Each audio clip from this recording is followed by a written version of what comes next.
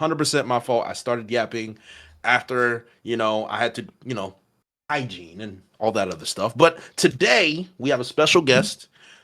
I am known as a yapper. This man is the KK Genkai holder of the Yap. So, as a brother, as a fellow yapper, I just thought it would only be right to have Saros TV on this channel. If you're not familiar with him, he's Saros Television, there's Saros TV on YouTube.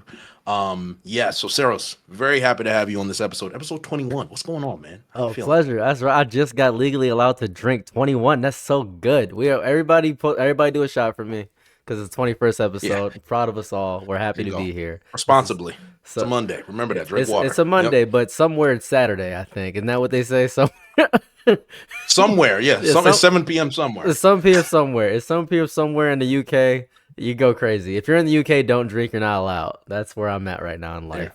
There. There you go. So it has been a very interesting week.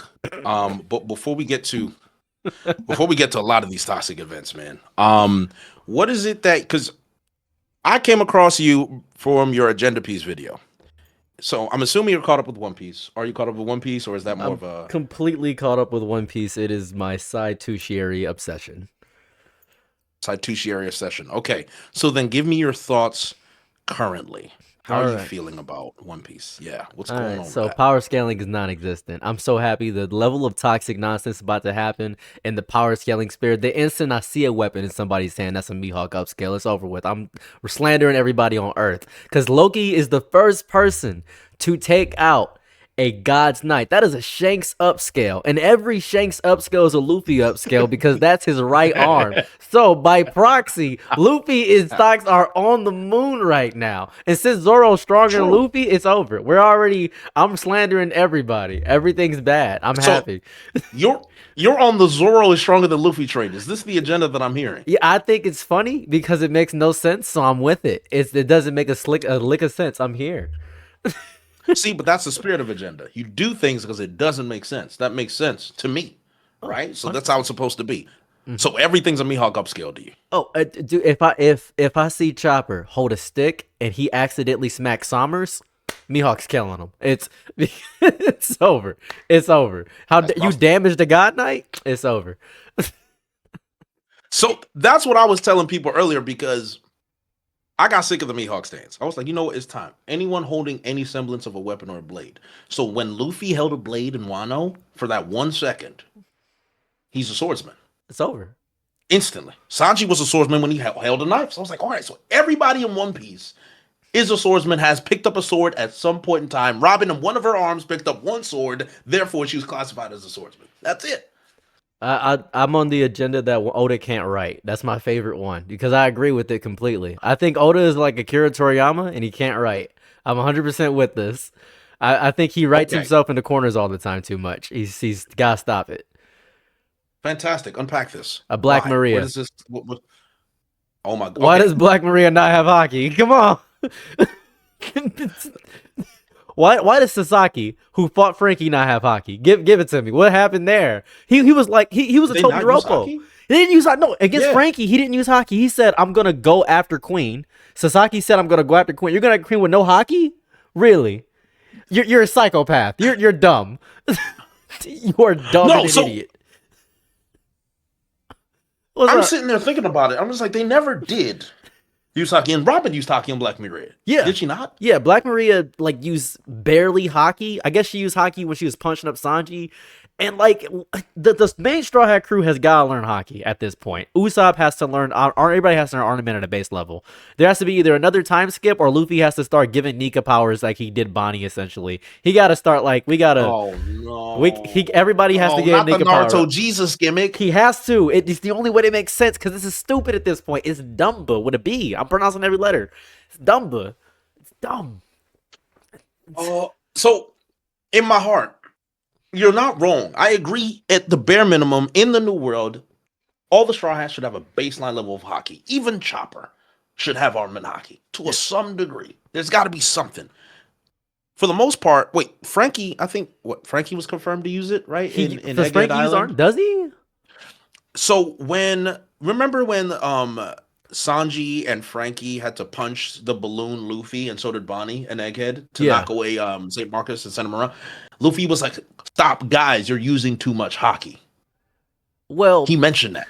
yeah, and It's a gimmick. Oda I would know. say this is a matter of reading comprehension. I agree because I Yes. would agree that Frankie may have been using hockey at that point, but I also would like to say Frankie's a fraud because I didn't see him Frankie's a use. fraud. He's a fraud. I didn't see him use hockey in any capacity against Sasaki. I didn't see him use that. I didn't see it. I mean, maybe I'm dumb. No, he didn't. So okay, so this gets to a comment that I've always had with the One Piece community, right? A lot of the times we like to assume we're seeing something, but I'm like, can Oda just show us so we don't have to debate anymore? Like, can he just do that? And he never really does. For the longest time, no one knew Zoro had Conqueror's Haki. This guy still didn't know he had Conqueror's Haki until in Elbaf when what's his name? Scopper's like, hey buddy, you've been using advanced Conqueror's Haki the whole time, and he's like, wait, I have? Why? It's He was trained by Mihawk. He was never taught about Conqueror's Haki by Mihawk once. well that's called the hockey Wi-Fi. He's borrowing Odin's spirit. That's what it is. And I'm not gonna get into the scale of swords because Odin was 30 feet tall and the sword should be way bigger. I'm not gonna get into that because that's too much. I'm not gonna get on Oda and scaling weapons. But I am gonna No. get on him for one thing and one thing in particular that always bothered me about Oda's writing. He will set something up and then he has too much faith in his worthless audience, which is me. Because I know for a fact that I am stupid, but however dumb I am, the average One Piece fan is twice as dumb. So if I'm an idiot and the average One Piece fan is telling me, yeah, Sanji's stronger than Zoro, I know for a fact. I know for a fact that Oda is doing something wrong. Like there's got to be some shots misfired. Hey man. Hey, I didn't say that. All I'm saying is, look, I'm sure. Did you see the meme of it's like the average IQ from people of the University of Chicago and their favorite anime, and the lowest IQ was a One Piece fan at the bottom, and the top one was like Steins Gate. I don't know if you've seen that. Yes, I know what you're talking. Yeah, I just saw that, and I'm just like, was it Saros that made it? Was it him that made that graphic? Because I heard it was fake, but I was like, bruh. I know Like, it's real. It's real to me. It's real to me. Oh, a complete aside, completely side to Sherry. I don't know if you know this. Yes. I'm a big orchestrator of a lot of online controversies. I Wonderful. I don't know if Okay. you remember the Huac Tua girl, and when she was called a school teacher, when they said she was a preschool teacher, and then she had to come out and say she wasn't. Yeah. I started that rumor. Wow. Okay. I just I sold it to a online news outlet and they ran with it. I got $700 for it. One might say a clean lick, but at the same time, I mean, what? So what was the repercussions? What happened to you? Oh, nothing. Oh my god, nobody even knew I started it. I just got $700 and everybody believed the story she was a preschool teacher. It just caused online discourse, which caused me to make a video on the online discourse, which got me $400 from the video, so I got a clean sweep of 1100. It's the grift online sphere of drama. It was crazy. I was like, wow, this worked out perfectly. It was so good. That's toxic. Yeah. It's toxic, and you got $700 out of being like a high level rat. Like that's just rattery at its finest. You're just like, hey, she's a preschool teacher. LOL. $700? Say less, and then you just vanish into the night. You scurry your way, leaving no tracks. Yeah, that's wow. It was diabolical. crazy. I think of that a lot. And Now, go ahead. no, go ahead. Oh, Go ahead. this reminds me of I don't know if you know this. Before I was Seros TV, I was a little ditty called Dog Poison, and I had started the Buggy is gonna be a Yonko thing years Oh, my before. God. Nobody started with believed you. me, and now I wish now. my channel wasn't destroyed. I wish it wasn't nuked. I would ooh. I was outside of a Revolution, man. Walmart yapping. Yep. And you Ooh. got cooked. Oh man, it's So there's so many people that I know that have been on this will be a Yonko buggy agenda. I'm thinking of Murphy. I'm thinking of Hime. I'm thinking of Caster. I'm thinking there's other people on Twitter that I know. Buggy the goat. And when they said that, I literally just want to spit on the ground right in front of them and say, this is nonsense. This is nonsense. But who was I to doubt Oda writing something so ridiculous that Buggy would fail his way into Yonkohood? Which is interesting I, because you seem to be somebody that at least reads the story and comprehends it. You should have known as soon as Morgan said he invented the title of Pirate King. You should have known at that exact moment. The propaganda Morgan's is, by every stretch of the word, the DOJ right now. He is just making up garbage for the love of the game. For the love of the game. DOJ. So you're not wrong. So I always say people this. I understand the story very well. And there's sometimes where I'm like, all right, look, I can see Oda doing this. I don't want him to, but I can see him do it. That was always one of those. It's, for example, Usopp getting Conqueror's Haki. I can see Oda doing it. I'm going to say no anyway, and I'll just be wrong. I'd rather do that. That's normally what I do. So, hey, man, look, I don't know what to tell you, right? I don't know what to tell you, but there's some things I just can't accept. Like, why would Sanji, if Sanji gets Conqueror's Haki, then I ask myself why. What does Conqueror's Haki really mean to anybody? Well, think about this, right? If Scopper Gaban has Conquerors, it would follow suit. This is Naruto logic at its best, right? Because Sasuke is, by every stretch of the word, they're both Jesus. Because Naruto is Ninja Jesus, right? We can say that. That makes sense. So Sasuke, I wouldn't even call him Ninja Satan because that doesn't track. Because he's not Ninja. That's Orochimaru. That's Ninja Diddy. That's Ninja Satan. So that is Ninja Satan. Yes, very much Ninja Satan. So Sasuke would be somebody tempted by the fruit of temptation. So he would be Ninja Eve. So Sasuke's the bottom and Naruto's the top. That just tracks to me. Just tracks. It makes sense to me. Ninja Eve. That's unreal, man. That's what it is. So what's the forbidden fruit? The forbidden fruit is him getting bit on the neck by Diddy. That's the forbidden fruit. Him thinking he can get power. He got Diddy, bro. He was like, "Oh, I'll leave the village and I'll get bit on the neck by Ninja Diddy." That's what happened. That's the lore. So then Sasuke leaves the village. Naruto leaves the village with Eve, but then wouldn't that mean that Naruto was also bit by Ninja Diddy? Yeah. Because then he would have to have the fruit. Well, unless Kurama is Diddy too. Where are we working with there? Well, we're thinking about it like this, right? This is where we're working at. See, in common Christian mythos, we know that, the man leads the woman. That's how it works, right? It's in common Christian mythos, it's the man leads. Naruto is the main character, so by every stretch of the word, and obviously men chase women. What was Naruto doing the entire time? Chasing Sasuke, the woman. That's what he was doing. And Sasuke was like, "No, I don't want you. I don't care about you." Because obviously Naruto was trying to be like, "Hey, listen, man." He was trying to nice guy Sasuke down into them draws. That's what was happening. But and guess what happened? It worked. After all that time, they gave each other's arms. That was their marriage proposal. That was the vow. That's what happened. That's why, out of an act of strange solidarity, Naruto used a shadow clone and got Hinata pregnant and stay in the offense so Sasuke could stay and travel out. That's the lore. This is world-class levels of spin. And it adds, and it's not even just like it's uncommon. I'm sure a 90% of this fan base would be like, "Yeah, I buy that." Because I buy it. Because it's really just, Naruto and Sasuke is the weirdest friendship relationship I've ever seen. It's so homoerotic. If my homie says, "I won't be here no more," and I'm like, "Please don't leave, bro," we scrap, and he leaves, and he goes to LA. I'm not leaving the DMV on a road trip, hunting down my homie to say, "Come back to the DMV." Like, that's not what I'm, unless that's my lover, I'm not doing all that. No, that's psychotic. That's asinine. It's psychotic. Yeah, I don't know, man. I don't know. It doesn't track. It's not on the track. It's not on the track. But that's how. And to talk of homoerotic nature for one moment, it's so prevalent in how Oda constantly says, "I am so bad at writing love stories." And I believe him, because when an author tells you he sucks at something, you gotta look at Shaki. Like, you gotta look. That bro went out of his way to tell everybody. Now, you may not know this, Whitebeard was the strongest man on earth.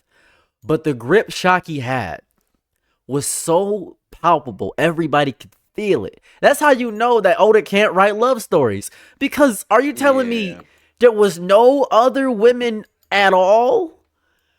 Yeah, that was crazy. I'm not Insane gonna lie. work. I think we we need to talk about Oda's this is actually a great segue. Oda and writing women. Let's talk about that for a second. Boo. Because I think the One Piece fans have been hiding it for a very long time. But can we just admit Oda is terrible at writing women?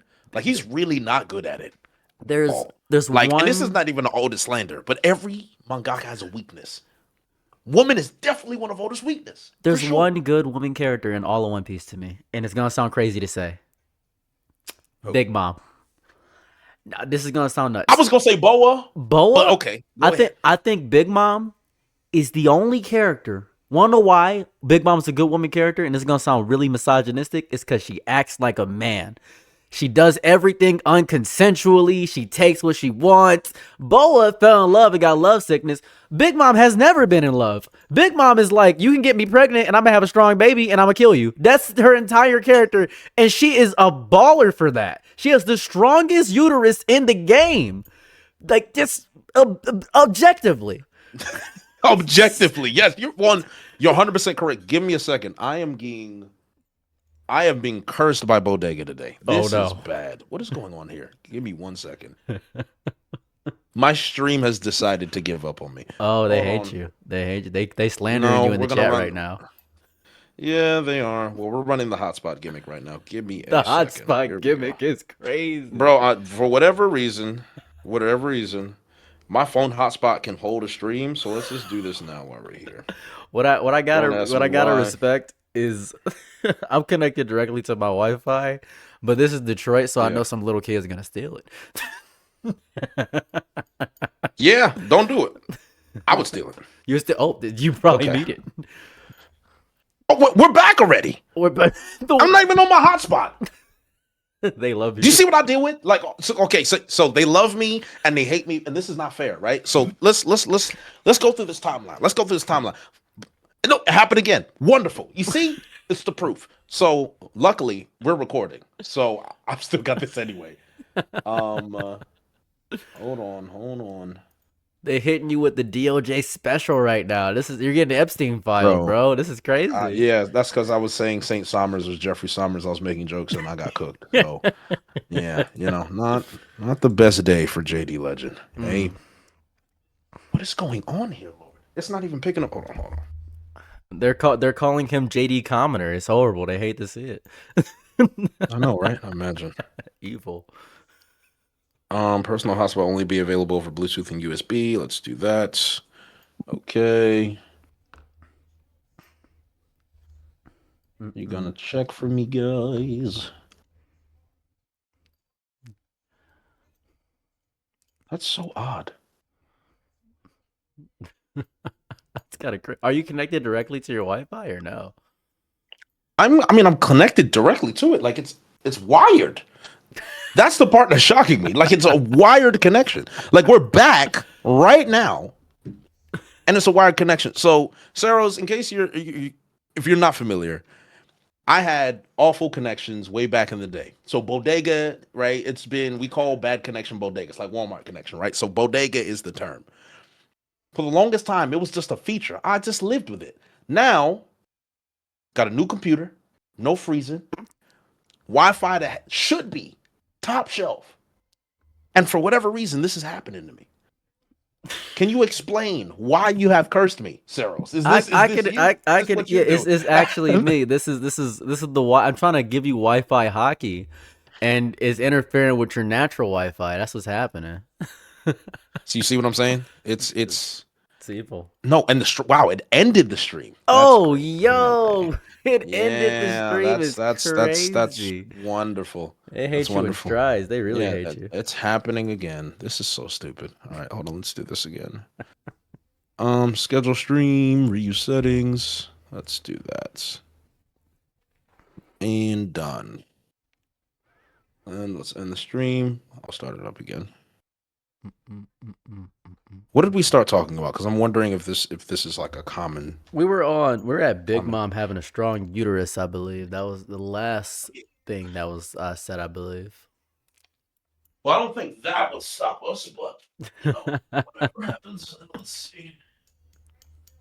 Gotta respect. I love technical difficulties.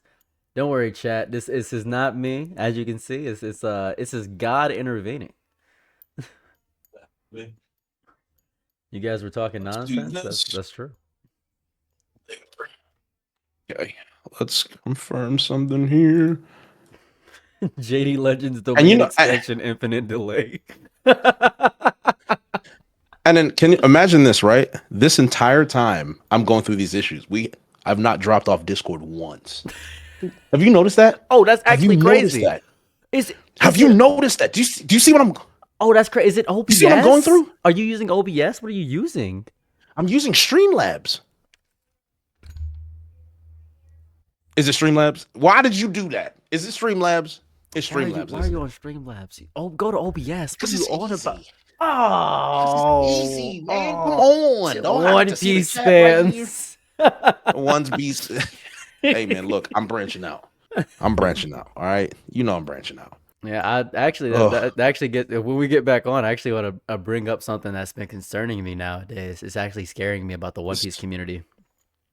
Oh, please do, because I have been at odds with them for a while, and I've come to a astounding revelation about how I want to move forward. So it's getting scary. It's getting. I was at one Grand Line Review responded to one of my comments about it, and I think about it a lot because he said when I asked him the question, I said, "So what will you do after One Piece?" And he said, "Only time will tell." And I think of Totally Not Mark right now. One of his employees is my friend's, and that brother has not been getting paid. And I'm just been watching. Okay, that's wild. The decline. That is wild. That's actually insanity. Because he's not making money off the videos, man. He's not making money. It's getting bad. Of what? The One Piece videos? Well, Totally Not Mark. Not Grand Line Review. Totally Not Mark. Totally Not Mark makes the Dragon Ball content, and yeah, so I know him. You're saying he's not making money off the videos? He's getting too low of views, dude. He did that big project with the Vinland Saga thing, and it didn't hit like he thought it was gonna. Yeah, but Vinland Saga's like a little old, you know. Vinland Saga's niche. It is niche, and it's because he thought he could, reel them in by saying he was, family with the people and the thing. He's like, my grandfather is actually Artorias. I'm like, no one gives a fuck about this. Yeah, no. Care about your personal life, man. Talk about anime. That's really where people are at.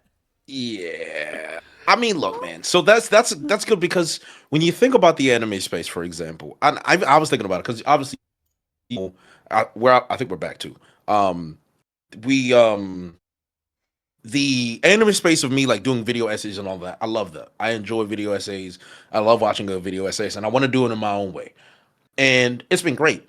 But I was thinking about video essayists in general. And I was like, there's kind of a finite things you can make a video essay on in the anime space to a certain degree that hasn't been done ad nauseum. So then I started to ask myself, I said, man, what is the future of anime YouTube? Because even at a point, and I'm going to say this as well, One Piece YouTube is heavily oversaturated. Like every theory has been done. Everyone's doing reviews. Everyone's talking about Elbaf. Right, and we're not even in the hype moments of Elbaf, so it's not really many people on there just running around for what's it called? Running around for for One Piece content just in general. Like they're not really dying for it like they used to. So I feel like every One Piece channel is kind of seeing these views steadily decline. And then I asked myself, what is the future going to look like for anime YouTube? Because I feel like it's shifting. It's going to look pretty good. Let me explain why. And this is going to be horrifying to hear. So there's this content creator. He's got about 237,000 subscribers. He does not use clips from anime at all. He uses AI clips of the anime he wants to talk about. Now, this is going to sound crazy. I think AI is the worst thing to ever exist. I think it's horrifying, it's evil, and it deserves to be rotted in the... Thank you for gifting 10 subs. I appreciate that. Hold on a second. Somebody just gifted 10 and it's making my ears hurt. So, thank you so much, Lobster Pink. That hurts so bad. Oh, my delicious, weak little body. So, I think that the anime space is going to do what every weak, disgusting Quebblecop does. It is going to veer heavily into AI-generated garbage because the average person actually likes AI. And I know they don't care about animators because look at Mappa right now. Them brothers are not seeing their families for eons. And people are like, I love the Maki fight. This is the best thing I've ever seen. So anime YouTube is going to be in a space of, I respect artists, but the fans don't care. It's going to be a big civil war coming up here soon. And when One Piece ends, man, a lot of people's paychecks are going to get cut dramatically. Tekking went from Bleach to One Piece because he's smart. He's a genius. That was good. That was very smart from Tekken. Very smart. Grand Line Review, bless his soul. He tried to do Pokemon for a little bit, gave up on that immediately. I don't know if you remember Team Pokestop or Team Pokemart. That was interesting. He stopped that. He has Hunter x Hunter to back up on, but those people are going to get paid significantly less without those weekly chapter releases. And that's the issue of niching yourself down.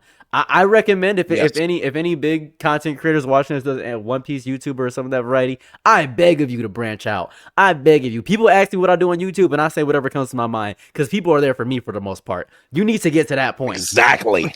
And we talked about this earlier, right? Because that's what I'm starting to do now.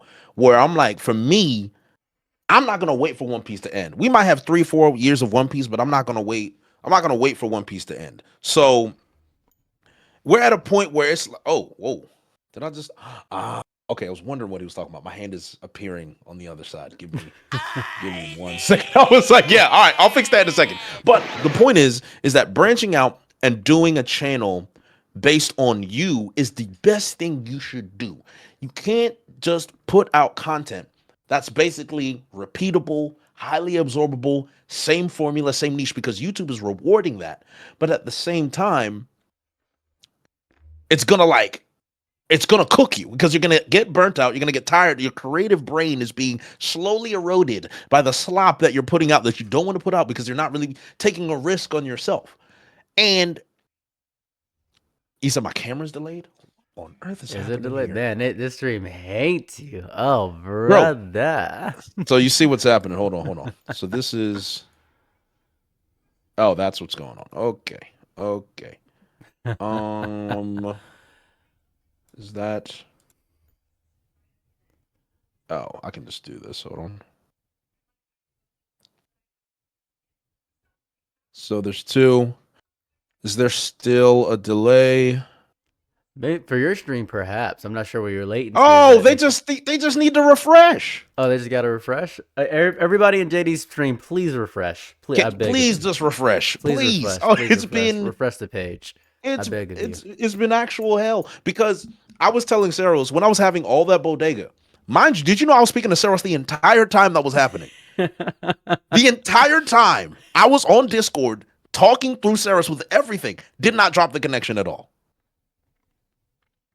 I sent him my Wi-Fi hockey. That's what I did. Exactly. So it's not me. It's not me. So when you guys refresh, are we okay? See, we're good. I knew it. You just had to refresh. Blame YouTube. It's not my fault. Anyway, back to the point we was talking about. Yeah. Branching out is the number one thing to do. And I think, believe it or not, reaction, which people say is the easiest content to do, I feel like reaction content is just never going to go away. No, because I don't think it's ever going to go away. It's the one thing that might outlast AI because people love the human reaction. It's the FaceTime. It's the FaceTime of the human world. It's what it is. It's people. It's people talking to you because we are right now probably on the second monitor of so many people right now because we are a podcast is second monitor content. You know, you're obviously you got your Rule 34 up, you got Twitter up, and you got us. Like we are the trifecta. The trifecta. I'm not judging you, but it's just that's what it is. We're just the trifecta of what it has to be, and people love experiencing the work of humanness without actually interacting with the human nature because they say, "Oh, I had the same reaction as that guy. I had the same thing," and that's not gonna work. But on the aspect of branching out, because I've noticed you branching out. By the way, your Berserk video was fun. It was peak, just insanely peak video. Beautiful video. Thank you very much. There's Thank you. there comes a point though where let's just use an example I can actively do. The difference between one of my good friends, Internet Pit Stop, and Sylvanus. Sylvanus is a comedy skit channel. He's a black I know YouTuber. Sylvanus. Yes. Amazing Yep, skits. yep. Recently, he made this video, and it's his first video, so I'm not gonna be too harsh. It wasn't good. It was a commentary video about Freyren. It was not good. I think he should have scripted it. It was just not good. Yes. It's not good. I don't script my videos, but I recommend you should probably script if you're not good at freelance speaking. It was not good. Yes. Yes. Just not that good. And then we have Internet Pit Stop, who does basically what I would accustom to. It's Adult Swim of YouTube. He is the Adult Swim of YouTube, if I could put a phrase to it. He's godlike. And Sylvanus wants to do Internet Pit Stop content, but every day because it's easier and it gets some more money. The skit channels, they're gonna start branching out and start going live streams more. Same with RDC. They stopped doing a lot of skits because the live streams bring them so much more money. Yes, they do, especially on YouTube. Yes, Oh yeah, 100%. it's crazy money. I did a live stream about Pam Bondi. I hit 21,000 live viewers. I was like, oh my god, that check. Whew. Oh my Yeah, god. oh yeah, you was eating. I know you was eating. I know it. I was You like, said that- muy bien. Oh, it was just beautiful. But that's gonna be a big thing when One Piece ends. Yeah, brother's gonna be starving. So I'm glad this topic is enriching my soul because recently I did I was telling you earlier I did an interview with RTV. Mhm. RTTV. There you go. And being in that space and seeing their content, their channel is going to last. It's going to last for a long time because you're never going to get tired of the reactions, the gaming streams, all the new shows that are coming out. They just got an infinite loop of content. Plus, all 5 of them really dope guys. Like they're amazing. So if you meet them in general, they're just a bunch of brothers who love anime, which is like one of the best things ever. So when I see that, the closer you can get into the general anime sphere to be able to talk about everything where you're talking about your Gigooks and your Mother's Basements and all of those guys that kind of just talk about whatever. Even then, the niche of just being yourself will become such a novelty that you will now become, think about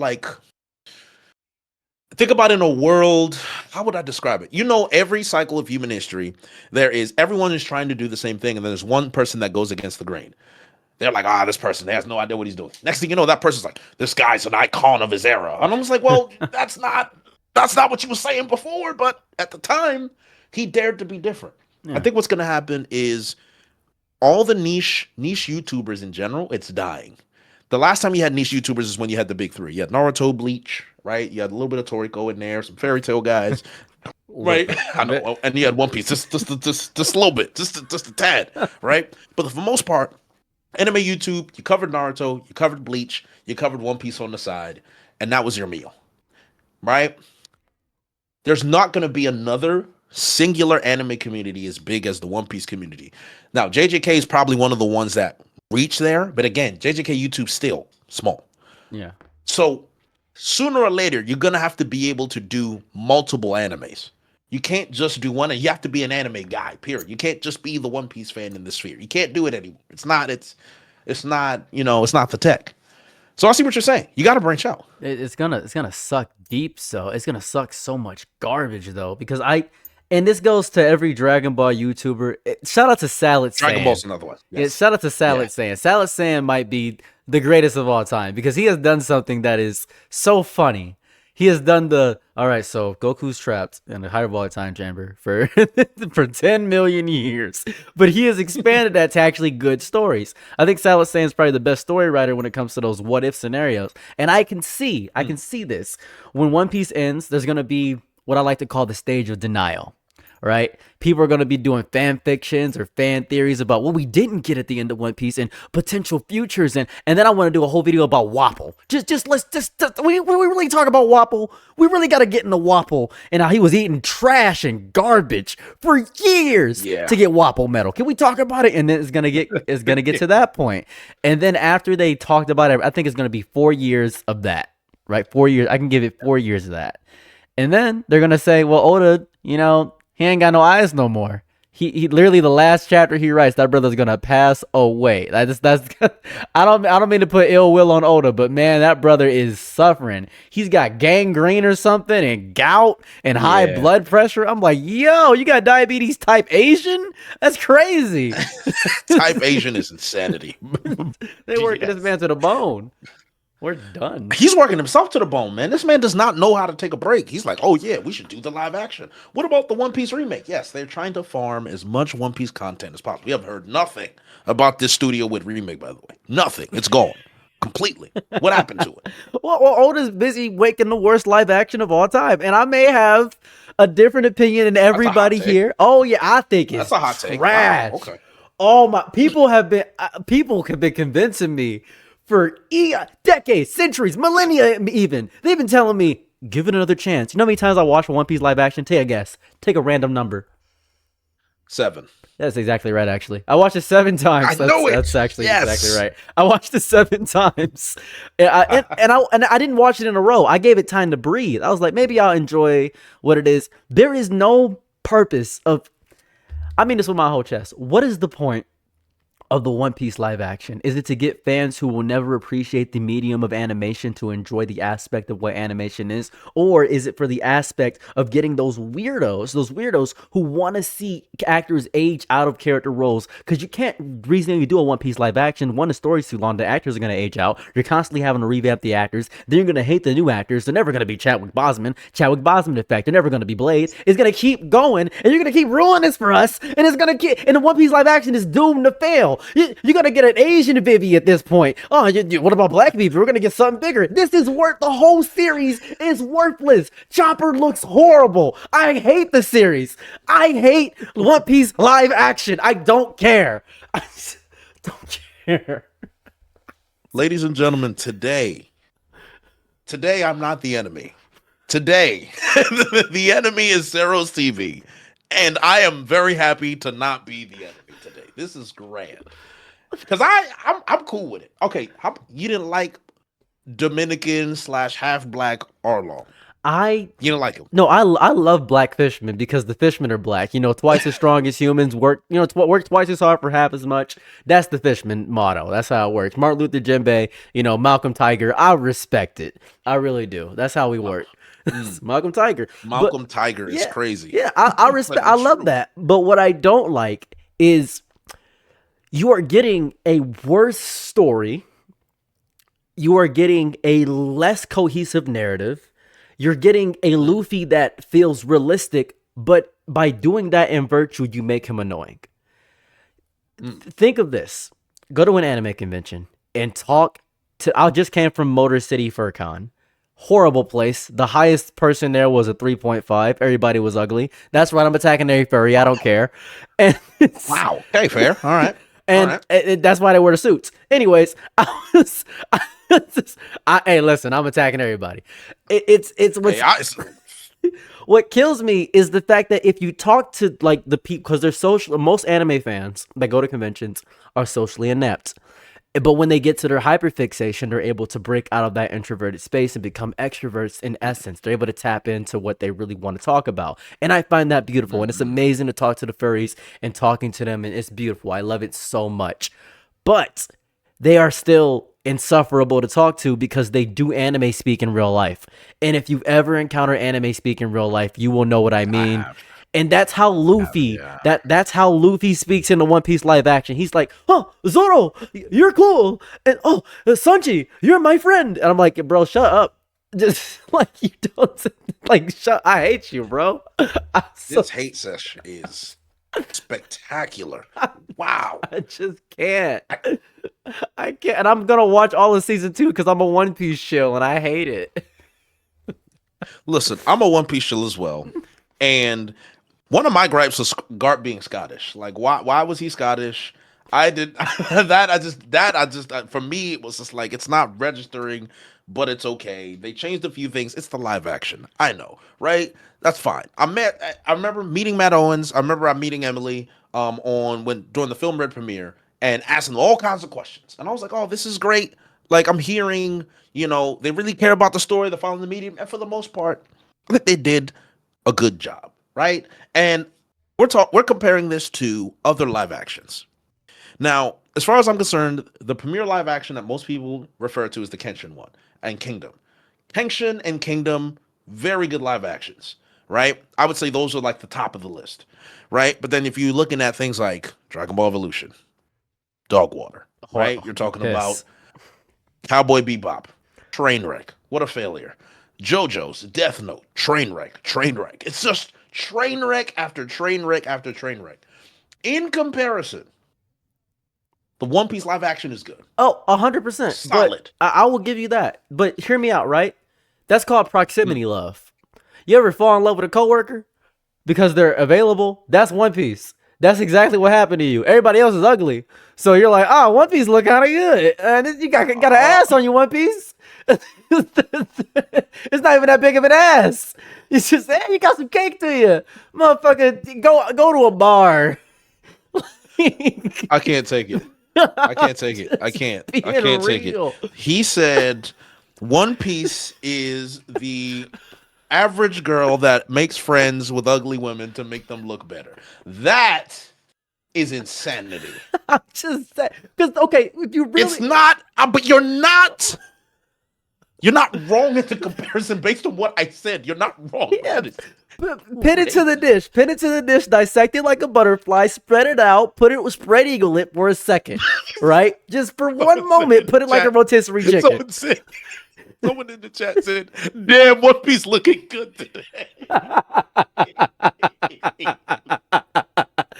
Damn. Yo, It's just killing me because I love One Piece. I love the Jesus. medium of animation so deeply. I think that if you are a true fan of art, you shouldn't have live action be the deal breaker. And if you need to watch a live action to be a One Piece fan, then I don't care for you. I'm not even trying to gatekeep in this aspect. I am just saying if it takes something like that, because it's the same way I feel about Avatar: The Last Airbender live action, which everybody tried to convince me was good, but where's season 2 at? Exactly, go to hell. Bro, I have friends that have been begging me. It's so good. I was like, how is this good television?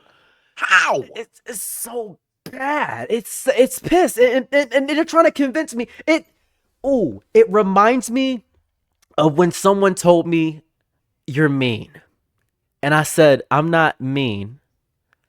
Actually, I am. I said I am mean. I'm just not hateful.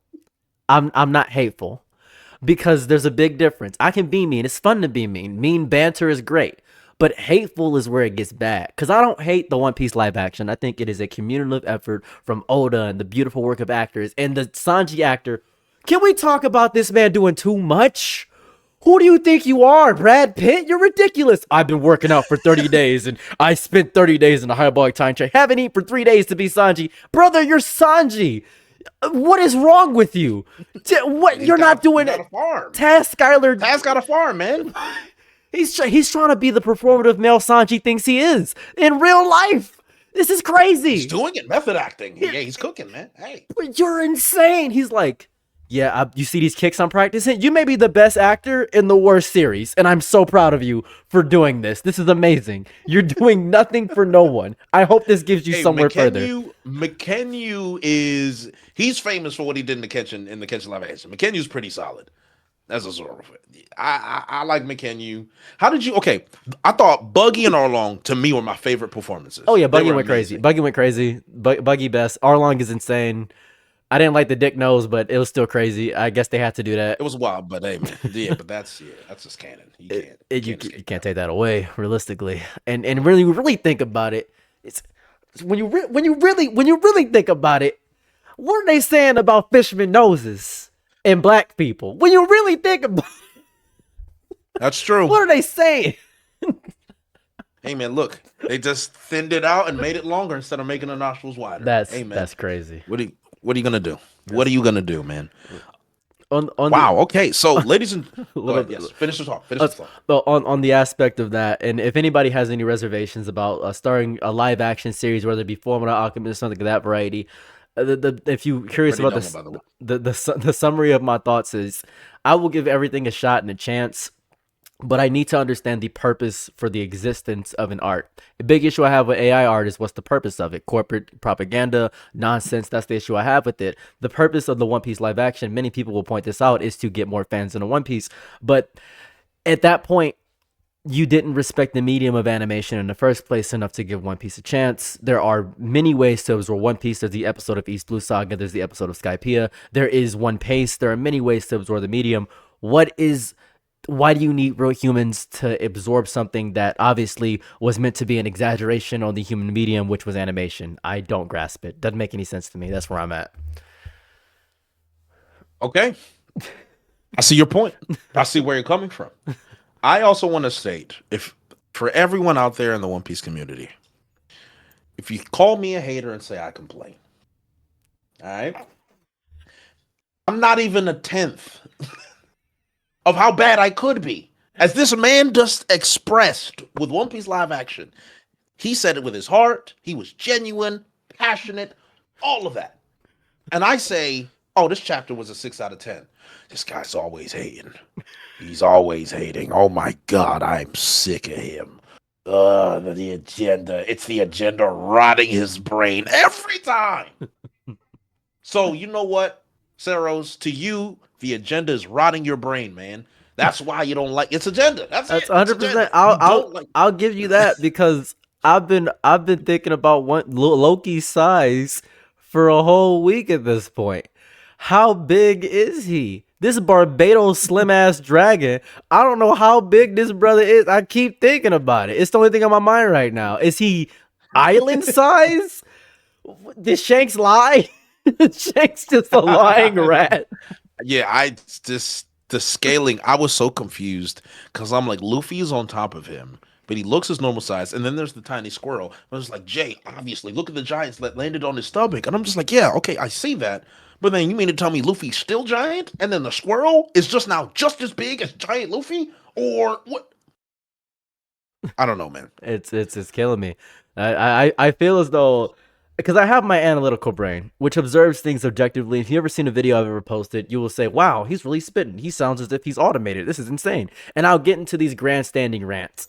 But then there's the for the lack of a better term, the black man Detroit brain that kicks in where I say, man, this shit's stupid. Like immediately I go into Ebonics.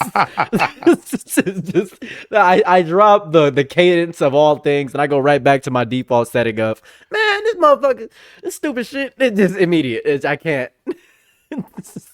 So I have the same thing. Maybe I should call it my Nigerian, my ignorant Nigerian brain. Maybe you should start doing that. And then there is my well-mannered, I went to engineering school brain. Yeah, let's do that. Let's switch that up.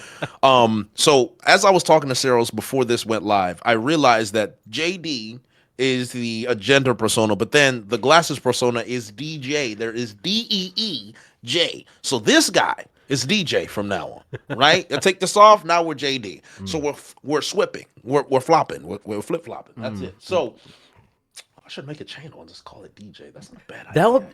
That wouldn't be bad because you would go sick in the commentary space. You would go sick in the commentary space. I knew it, man. The only problem with that is the you gotta talk about drama and you gotta gossip, and my spirit won't let me do it. Well, I know a cheat code. I know a cheat code.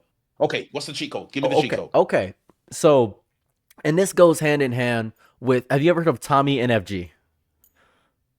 No. Okay, this man's a genius because he doesn't talk about drama, but he's averaging 700K views talking about what I would do in a horror movie.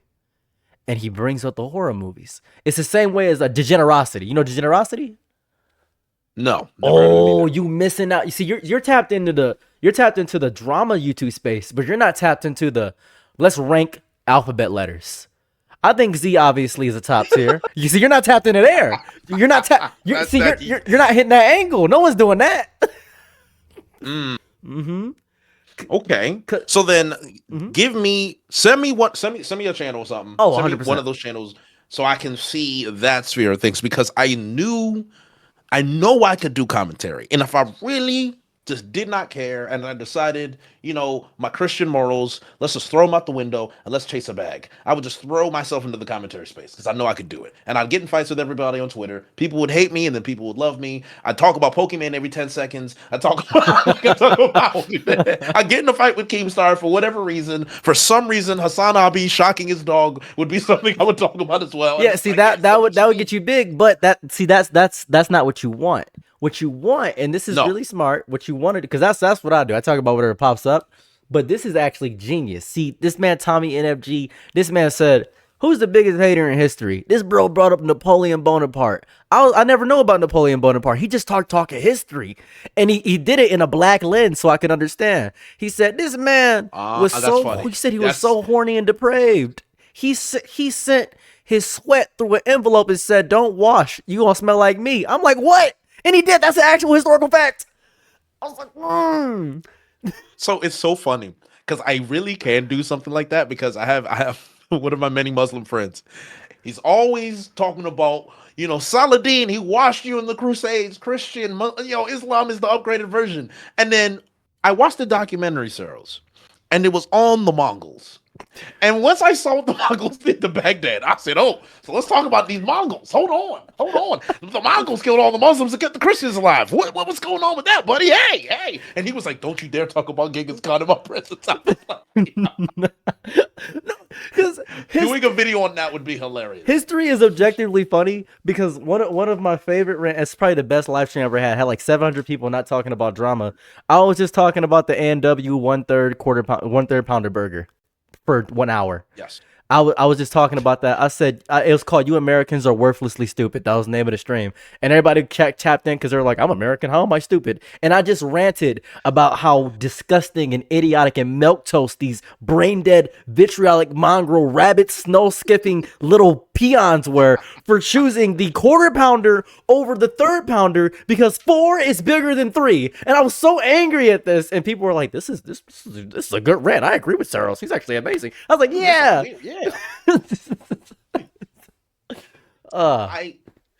I should test that.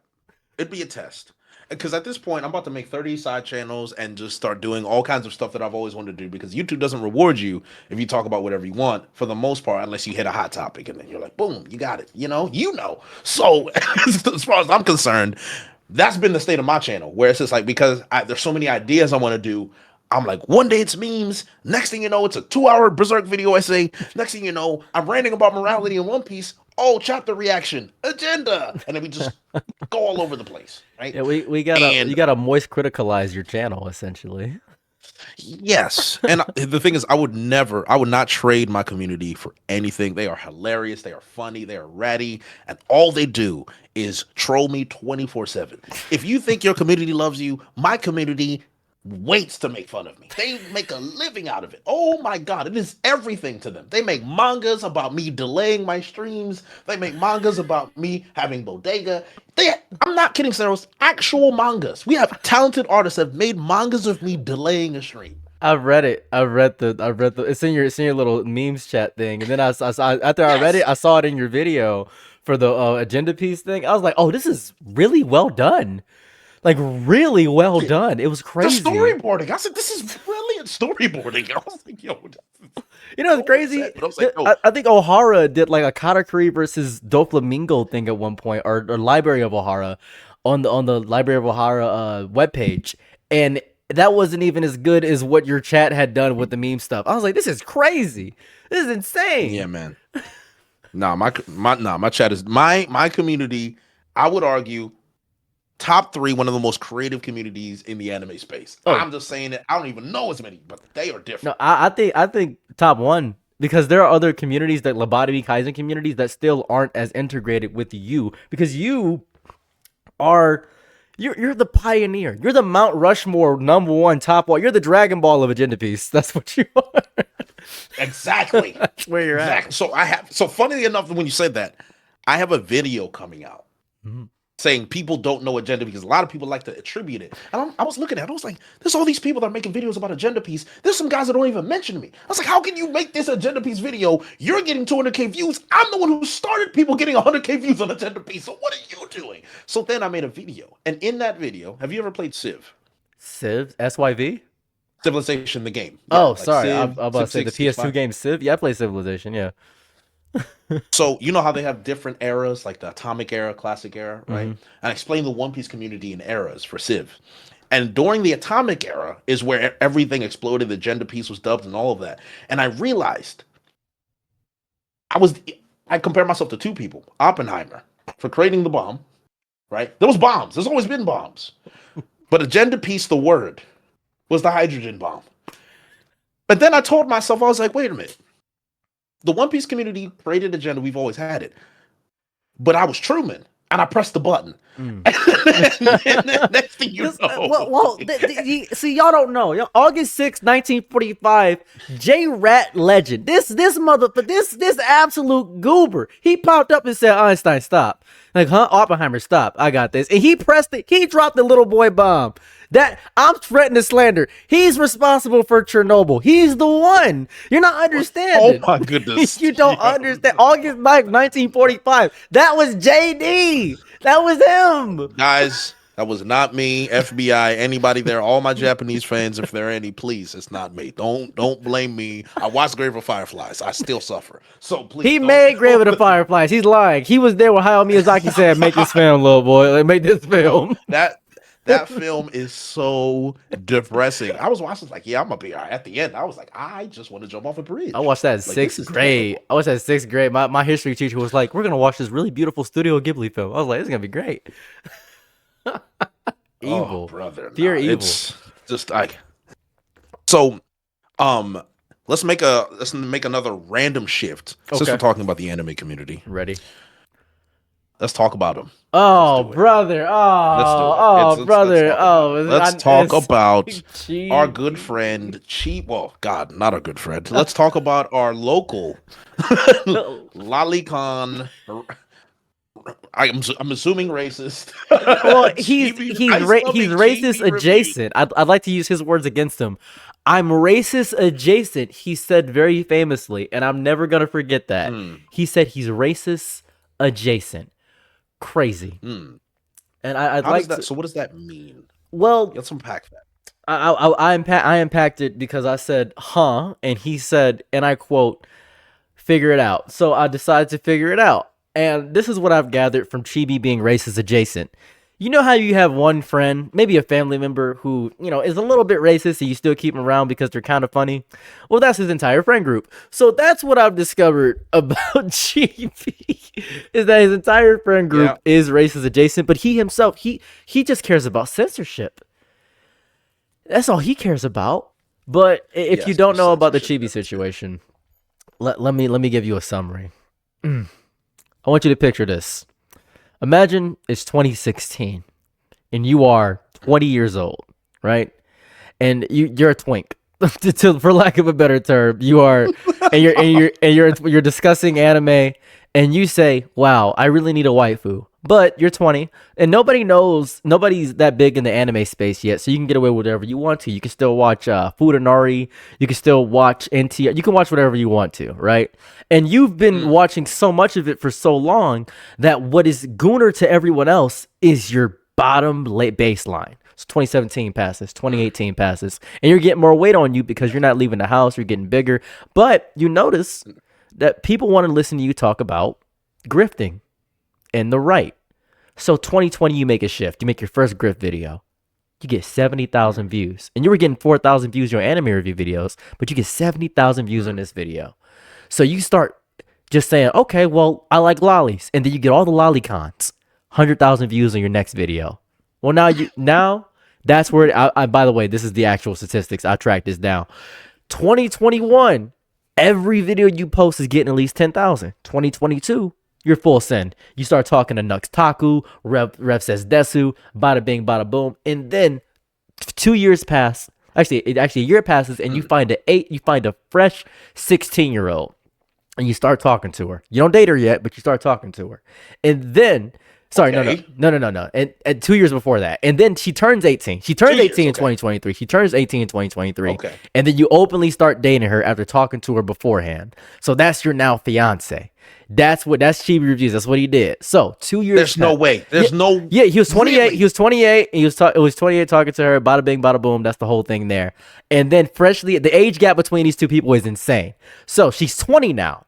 And she's been like basically living with you. You went through some trauma and tragedy, and you make this big post. She's hearing about it all the time, and she says she likes it because she says she's a goonette. And then she meets your best friend, who looks so much better than you. Is night and day. It's crazy. The man looks like an Adonis compared to this. If Chibi's a 4, this nigga's a 6. And if you're a 6 in an orgy, you dominate the 4s. So, and then you pop through. And you start cracking. You just start bada bing, bada boom. NTR, but nobody knows. And you're at the hotel. You're sitting in the cuck chair, but you don't even know you're in a hotel. Best Western don't even know nothing. You're in worst Southern. It's bad. You don't know what's happening. And as you finally figure out that she's getting cracked by your best friend of 10 years who was there with you after you lost your brother. Horrifying moment. God rest his soul, by the way. After you lost your brother. You know what happened after that? His entire Discord, who he gamed with, he came to them, heart in his hand, paper heart sleeve. They said, nah, you suck at Valorant. We want to hang out with him because you're insufferable. And he loses his whole friend group. Everybody. Fiance cheated on him with the engagement ring on the hand. Made it feel better, she says. That's the thing she said. Then she dirty deleted it. Then afterwards, There's no way she said that. oh yeah, it was a dirty delete. It was crazy. It was nuts. It was insane. It was insane. She did say that. It was nuts. After that whole debacle, whole crazy thing, he drives out, and Nicholas Light of all people does a wellness check. And Tectone calls you, and you say, I need a break for one day, and then you make another video the next day. Shout out to Chibi Reviews, the greatest man of our generation. Ooh. So I need a minute because there's a lot that was said. I knew pieces, but I didn't know the Genesis. The Exodus was a problem. Leviticus shook my spirit, and now we're at Deuteronomy, and I just don't know what to do with myself anymore. Right? So let's discuss the age gap thing, and thank you for that, because there are some people that really did not know what happened. So you gave them the most hilarious, Dragon Ball Z-esque recap I've ever seen. This time on So Chibi much Reviews. So much so that Karen in my chat is like, as a PR manager, do I need to step in? But I was just like, just let him finish. Pause, so we can get through to that point. So, okay, the age gap thing. Yeah. Is that actually true, or was that yap? No, that actually happen? I've been seeing these posts around that when Chibi, it was 30 and 18. Because Chibi was 30 and she was 18. And they started dating. Now, at first I was like, what's going on here? But it's like 20 different people said it over and over again. Over and over again. That Chibi Reviews and this girl, it was 20 and 18. Let me see. Oh, sorry, 30 and 18. It was 30 and 18. That's what I kept seeing.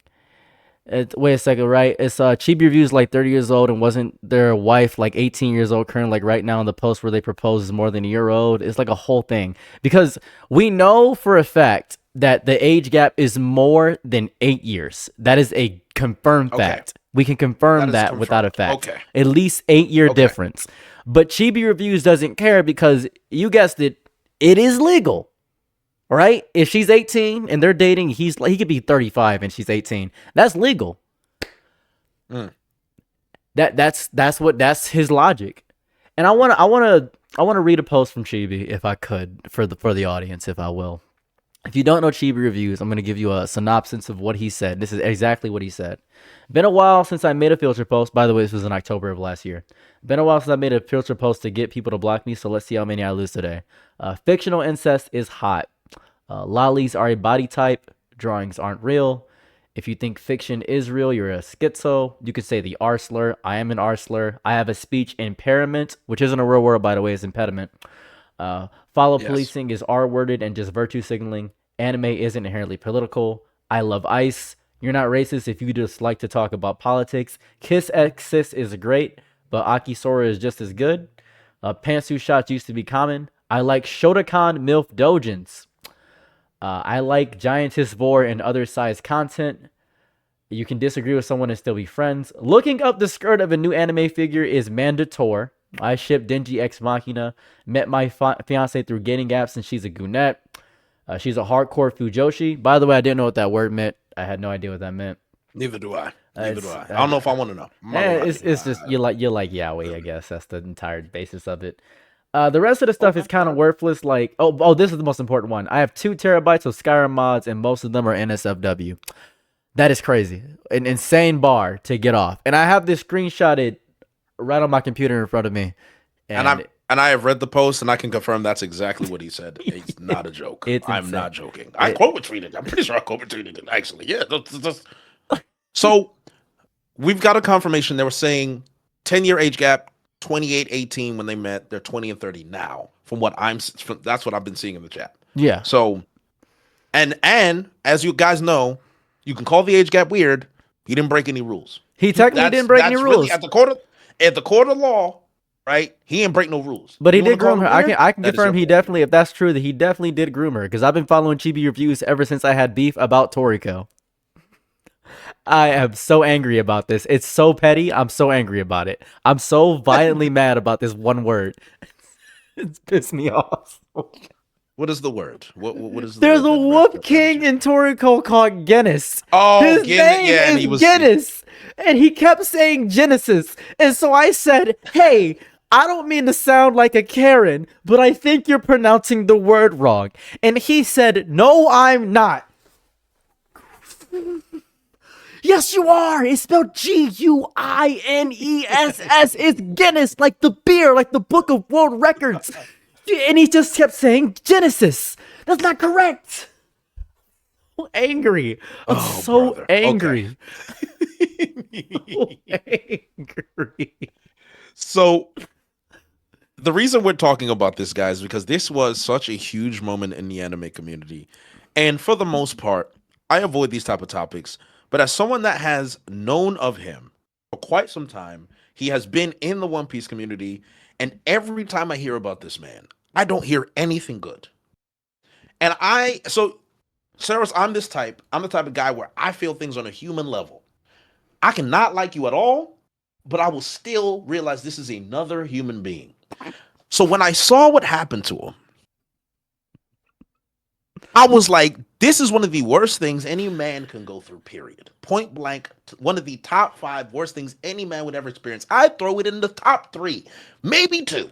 One of the worst things you could ever experience.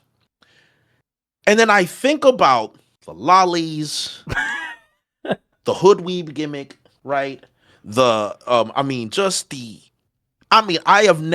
I scrolled his Twitter for 5 seconds. My body repulsed. I started sweating, was breaking into hives. My spirit was screaming, please, we gotta get out of here. Like, it was just too much for me. Like, it was genuinely too much. So for me,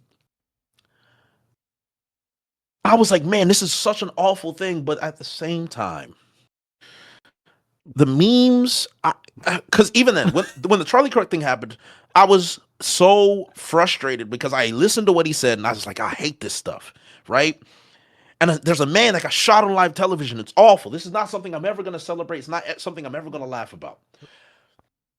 I really didn't laugh at it. I still don't like the memes today, and that's just at a basic human level, right? Yeah. That's it. But when I saw the Gachiakuta meme of Jabber laughing, and he said this happened the day before Valentine's Day, I broke. I couldn't take it because it's just the perfect clip to use. Because it's like you're slowly. You just don't. I'm just like, so. And then, as I'm out here like, oh my God, let's do the good Christian thing. You know, we can't laugh when a man is down. It says it in the Bible. And then he makes the post. I still support ICE. I love lollies. You guys are losers. I love the R word. He might as well just said the N word right out there in the post. And I'm just like, oh my God. He's cooked. Just let him burn. Let him fry. Oh. I was just like, just let the guy fry. Because at this point, while the Bible says don't laugh while a man is down, it also says let fools burn. Fools are going to destroy themselves, so just watch it. Don't do nothing. So I'm out here watching. I'm just like, hey, man, what do you do? There's What do you do at that a point? thing going on my Discord because I made the video, and I said, well, guys, he's somebody's son, and then someone said, if that's all Saros, the man who doesn't shut the fuck up, can say about you, you're cooked. I was like, oh, my bad. I don't know what else to say. I don't have any words, man. No, you don't. And then I'm sitting there and I'm just like, man. I was like, there's one of the funniest things you've ever said. You said, talk to somebody. If you ever need to talk to someone, don't talk to me. I don't want to talk to you. I was like, this is the most toxic but valid things I've ever heard in my life because it's the truth. I'm not the one to speak to. I don't want to speak to you, actually. I don't like you. I was like, come on, man. No, because I just wasn't making clear. Because I've had it happen before where, oh my God, I made a video about a guy named Your Butt Tevin, and another content creator reached out to me who had like 100,000 subscribers and said, hey man, I started a video about your buddy. You seem like a chill guy. And he told me his entire life story in this big long paragraph. And I said, damn, cuz, I don't know what you want from me. I got bills to pay. And I didn't reply after that. Because I'm not that guy, bro. I'm not him. I'll make your situation worse. I don't know what to tell you. I only know Detroit logic. I said, have you considered selling copper? I don't know what to tell you, bro. Selling copper is crazy. What can I say? Because I'm not gonna say, hey man, I on a human level, we can talk as humans. No, Genesis, I'm not gonna speak to you. Right. So then let's talk about this then. Let's talk about the principle. When it comes to the principle of the matter, is this a case of something really horrible happening to a human being and it's not good for us to be laughing and mocking him so openly? Or is this a case of somebody that is reaping what they have sown? Because I think two things are true. I kind of sway back and forth because I think he's reaped what he sowed, but it's like you never like to see somebody suffer to that degree. Well, You know? I don't know, because Some people do. Some people do. when I first saw Boogie, and this was back when he was Francis, I didn't like any of those videos, and I know he was putting on a character. Right, when Boogie was putting on that character, I was like, this is obviously a character. He's come out, and he spoke very cordial when he was speaking in his real voice, and then he lost his wife. Now, I don't know online creators, and I can't possibly know the inner minutia of their lives, but I do know people on a base human level. And I was with Chibi on the cheating thing. I was like, you know what? It is messed up that his best friend of 10 years did that. But then I thought about something. I thought about my best friend. My best friend would never do that. And I mean my best friend. Like the one I've had since I was 10 years old, right? I know this man for 20 years. He would never do it. He wouldn't even fathom it. As a matter of fact, I helped him find his wife as of today. And then I thought about my whole friend group. If my best friend cheated with my partner, would my whole friend group leave me?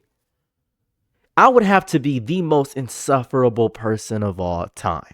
I would have to be bottom tier Akainu sitting at his desk trash. I would have to be Monkey D Dragon for my whole friend group to leave me. And then I really ruminated on this for a second before I made the video.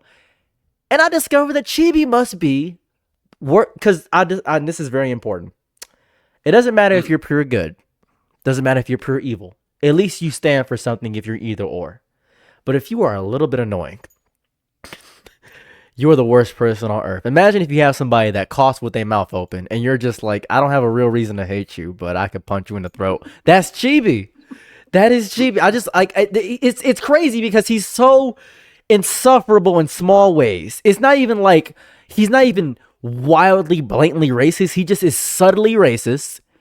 He's like a performative white Republican, which is crazy. I've never seen it. It's just because he gets money for it. That's it. I'm so baffled by how he must have been that kid. If he was in high school and all the black dudes were talking about Dragon Ball Z, he would come up and say, "You ever see Rosario X plus Vampire?" And I would punch him in the stomach, I think.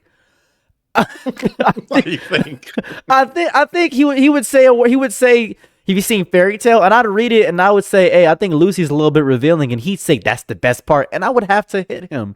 Like, I think that's where I would be with Chibi, because that's who he is as a person. He's just a gooner in the most shameless way, and it's really bad. It's so bad. I hate it. Yeah. So what is the, I mean, there's so many lessons to take from this. Lesson is don't be a lolcow on the internet, fellas. If you're pissing people off and you're making people mad and you're doing all this vitriolic evil stuff, you're supporting ICE and just pissing people off just to get money, you're gonna realize that we're not gonna be as sympathetic when something finally bad happens to you. I don't know if you know about, and I'm gonna bring this up and people are probably gonna date me. Do you know about Alma Smego? No, never heard of that. No one look that up. I'm gonna describe it. Please don't look it up. Alma Smego was a person on Reddit who gave themselves a leg infection for sympathy. And then when they lost their legs, they got a GoFundMe for $2. And everyone laughed on Alma Smego. And then Alma Smego said, "Now you have all ruined my life." Alma Smego then proceeded to run a huge Reddit that was, and this is gonna be so nuts. It's such a deep internet lore. Ran the Reddit for Futalali and dug themselves into a deeper grave. And you may not know about this internet lore, and I'm happy you don't, but I put it in your mind now. And it's the only reason I know what Futalali is, because I was learning about this while I was discovering about Mr. Hands from Enumclaw, Washington. So that's the Boeing engineer. So that's the thing. She deserves near everything bad that happened to her. And that's how I feel about Chibi reviews. That's where I'm at with him. He's Alma Smego. He's a lolcow. He's Boogie 2988. That's what he is. The lesson to learn is don't be a lolcow on the internet. It's nasty. Wow. Nasty Wow. people. Just nasty, Okay. disgusting people. Yeah, to me, these are the type of things that you just like, you just like, I can go my whole life without learning about it.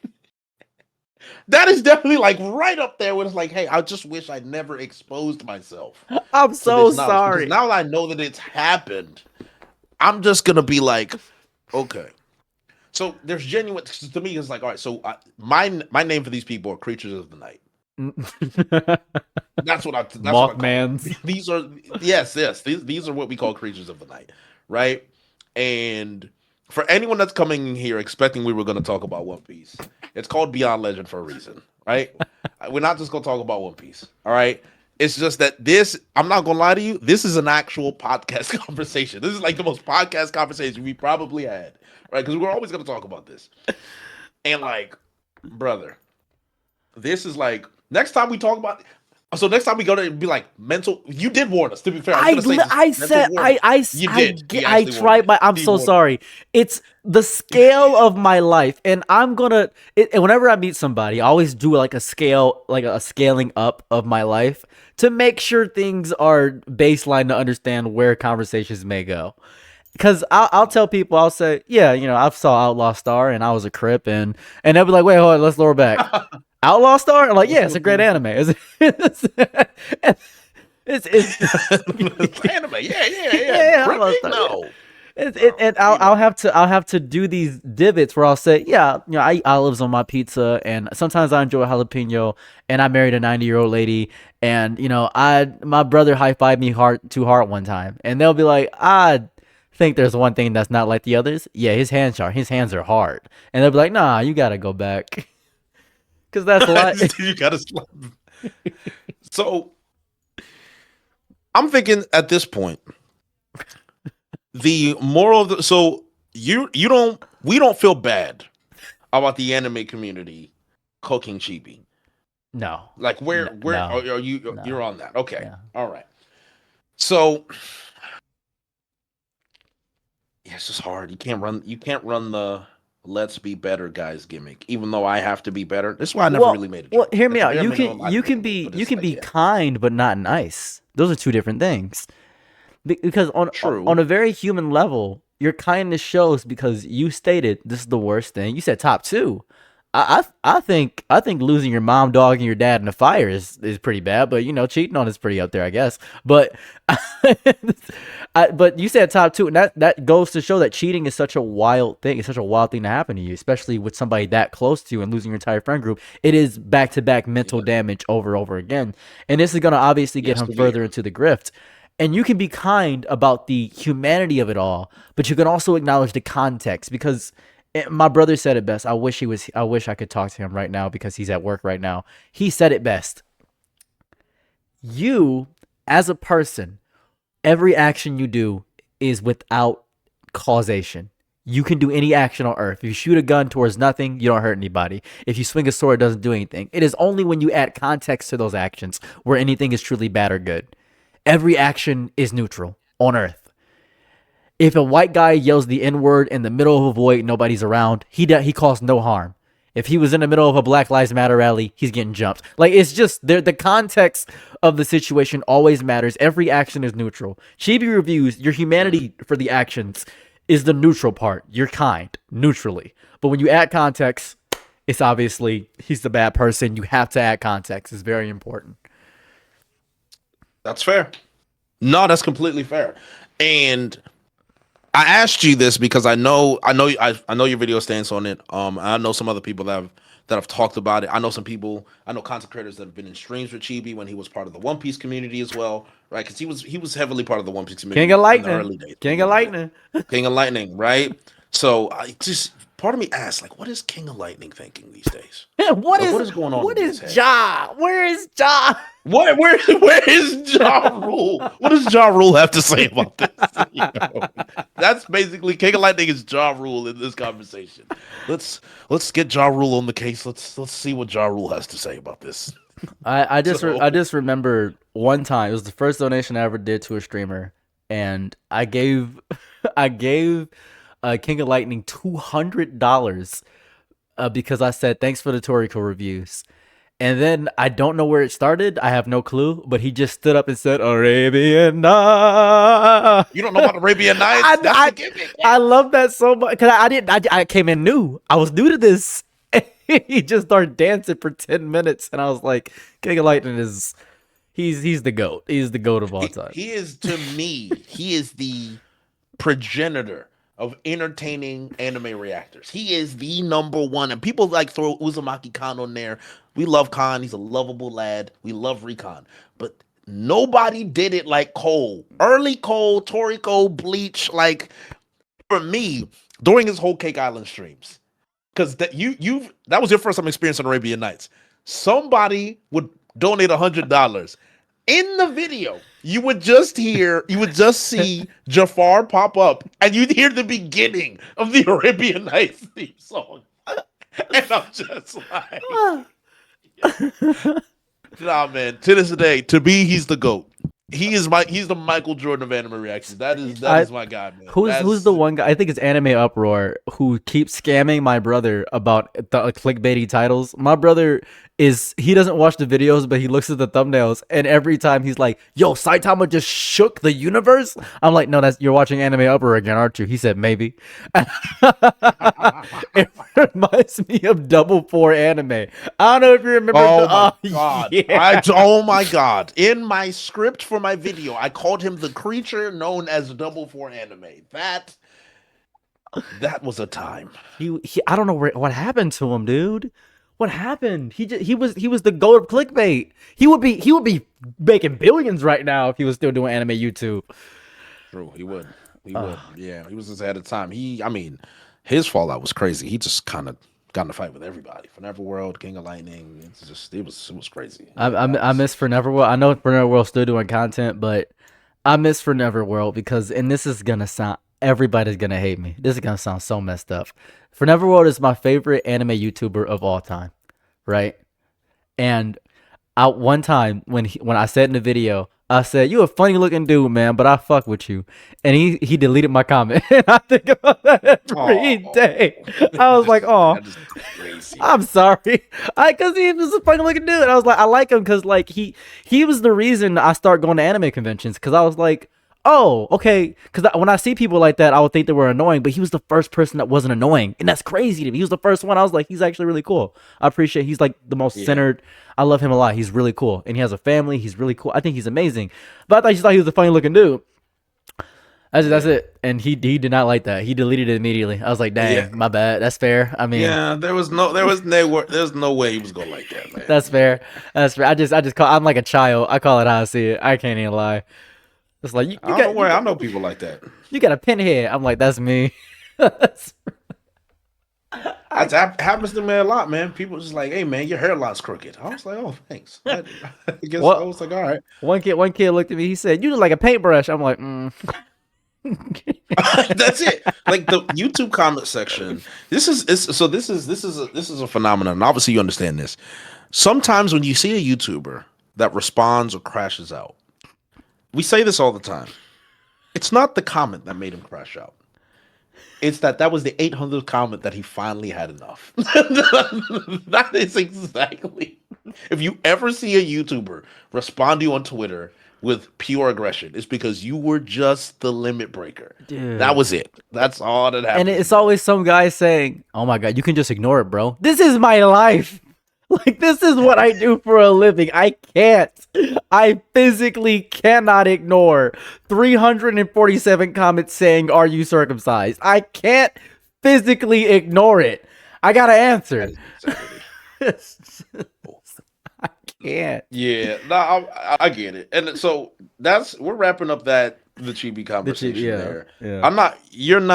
You're not into basketball, are you? Are you? I'm adjacent towards basketball because Wemby's going crazy right now, and that is making my week right now. I love Wemby because Wemby is a freak of nature, and my dad's doing parlays and losing money, and I love it. That's where I'm at with basketball. That's where I'm. So, did you see the KD burner stuff? No, what happened? Oh my goodness! I'm excited. Wow, KD's burner they figured out KD's burner in his ad, and he's in this group chat. KD is a Twitter group chat rat. He actually is. And in that group chat, people screenshotted all the things, and this guy is slandering his entire Rockets teammates. This kid who's his idol, Jabari Smith Jr. This guy's is one of his idols. And he said, this kid is trash. He can't shoot. He can't guard. And he's retarded. He said it all. It's all there. It's all there. And everyone on NBA Twitter is memeing. Do you remember that clip of Buddy from The Incredibles where he's looking at Mr. Incredible And he tears it down? He said, this is Jabari Smith Jr. looking at his idol and then reading KD in his group chat. That's just one.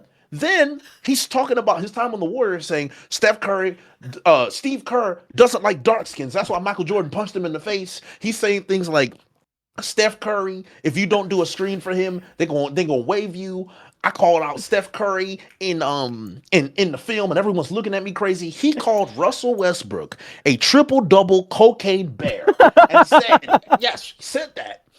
He said Kyrie Irving is always sucking up to the European white man, but treats his niggas like he owe him something. And I'm just like, okay, so this is crazy. The man said he misses James Harden for whatever reason. He said, man, I miss Ben Simmons. At least he passed me the ball. And I'm just like, this is the most shocking experience I've ever. Oh, you didn't even see the best part. Oh, There was another thing that came out. Michael Jordan. There's this video of Michael Jordan. I seen that. But The kid? Jesus, I could not believe my eyes. I said my chest is hurting. So hear me out. Now, I'm never going to defend Jordan for this, but I have seen defenses that are out of this world. Oh my, my God. They're saying What's the defense? well, he's actually really close to him. It's like Michael Jackson and Macaulay Culkin. It's actually like that because when you really think about it, she was wet from the thing, and he was shaking the wetness out of him. He was grabbing his butt because he knew that his butt was wet, and he must touch his butt all the time. You obviously don't have uncles. I'm like, all your uncles are predators. You don't have. All your uncles are predators. What do I need you a break. mean? I need a break. I actually need a break. You guys don't have uncles. Is that not And then crazy? to top it all off, you have a screenshot of LeBron saying, "Oh yeah, I want to visit Israel Day. I've only heard good things about Israel." And I'm just like, so now we've got Lay IDF, and I'm just like, oh my god. So we got Lay IDF. To be fair, Now, mind you, go ahead. no, so I know the nuance, right? Because Yeah. it doesn't mean he's actually supporting Israel. Okay. But you know we're on the internet and we're on NBA Twitter. That does not mean anything to these niggas. It means lay because now it's lay IDF, lay Israel, lay Zionist, right? That's what it is. And then you have Michael Jeffrey for Jeffrey Epstein. Oh, and yeah. then you have Steph Curry, who's also, attached to the Zionism and all that. And then you get KD's burner. This was all yesterday. All of this happened yesterday. What's crazy is that I only got the Michael Jordan bit. That's it. Yeah. But the Israel okay, any celebrity I see support Israel, I'm not surprised because my brother's Arabic. I visited Saudi Arabia. I've been there. Like I've visited there. I visited Lebanon. I've been over there. I've seen Sharia law. I'm aware of what's happening there, right? If you are a man or rich, you are gonna love any Middle Eastern country because guess what? It is built for tourism and you can get all the women you want. Why would LeBron James, why would he not like that? What like you really thinking this man is morally correct because he's good at ball? You're a psychopath.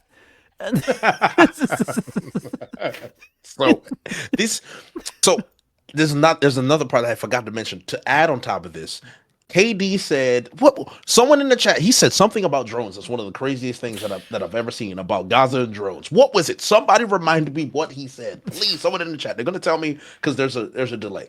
He said, oh my God. He said, do they need any more drones? I'll provide it or something like that. He said something insane like that. So honestly, I'm not surprised. I think most of these NBA players, you think they're cool, but technically when you meet them, they're probably the worst people you know, for the most part, because they live in a different reality. No, it's like when people meet me and my brother CJ at once. Now, if you meet me alone, you might get a really good, regular, very progressive conversation. If CJ's around, I am a nigga. There is no anything else besides me being a black man that eats beef jerky and has a do-rag and plays NBA Street Volume 2. That is what I am as a person when my brother CJ is around. The code switch is crazy. There's nothing else. Because that's what it's like being an NBA star. Because you're like, oh, because these are 6'4", 6'8", tall black men that all they know is playing ball. You really think they care about the LGBTQ is crazy. You think for 1 second that a jock, 6'8" scholarship jock, cares about homosexual people? You're crazy. You're insane. You're a psychopath. Yeah. You're lucky Michael B. Jordan cares about it. He was one step away. You're on thin ice, mister. These are jocks. Yeah. What is wrong with Kyrie Irving? Yeah, Kyrie Irving's the GOAT. But I'm just saying, man. I'm just saying. That's what he said. KD said, if they need drones, we got you. That's what he said. They need drones, we got you.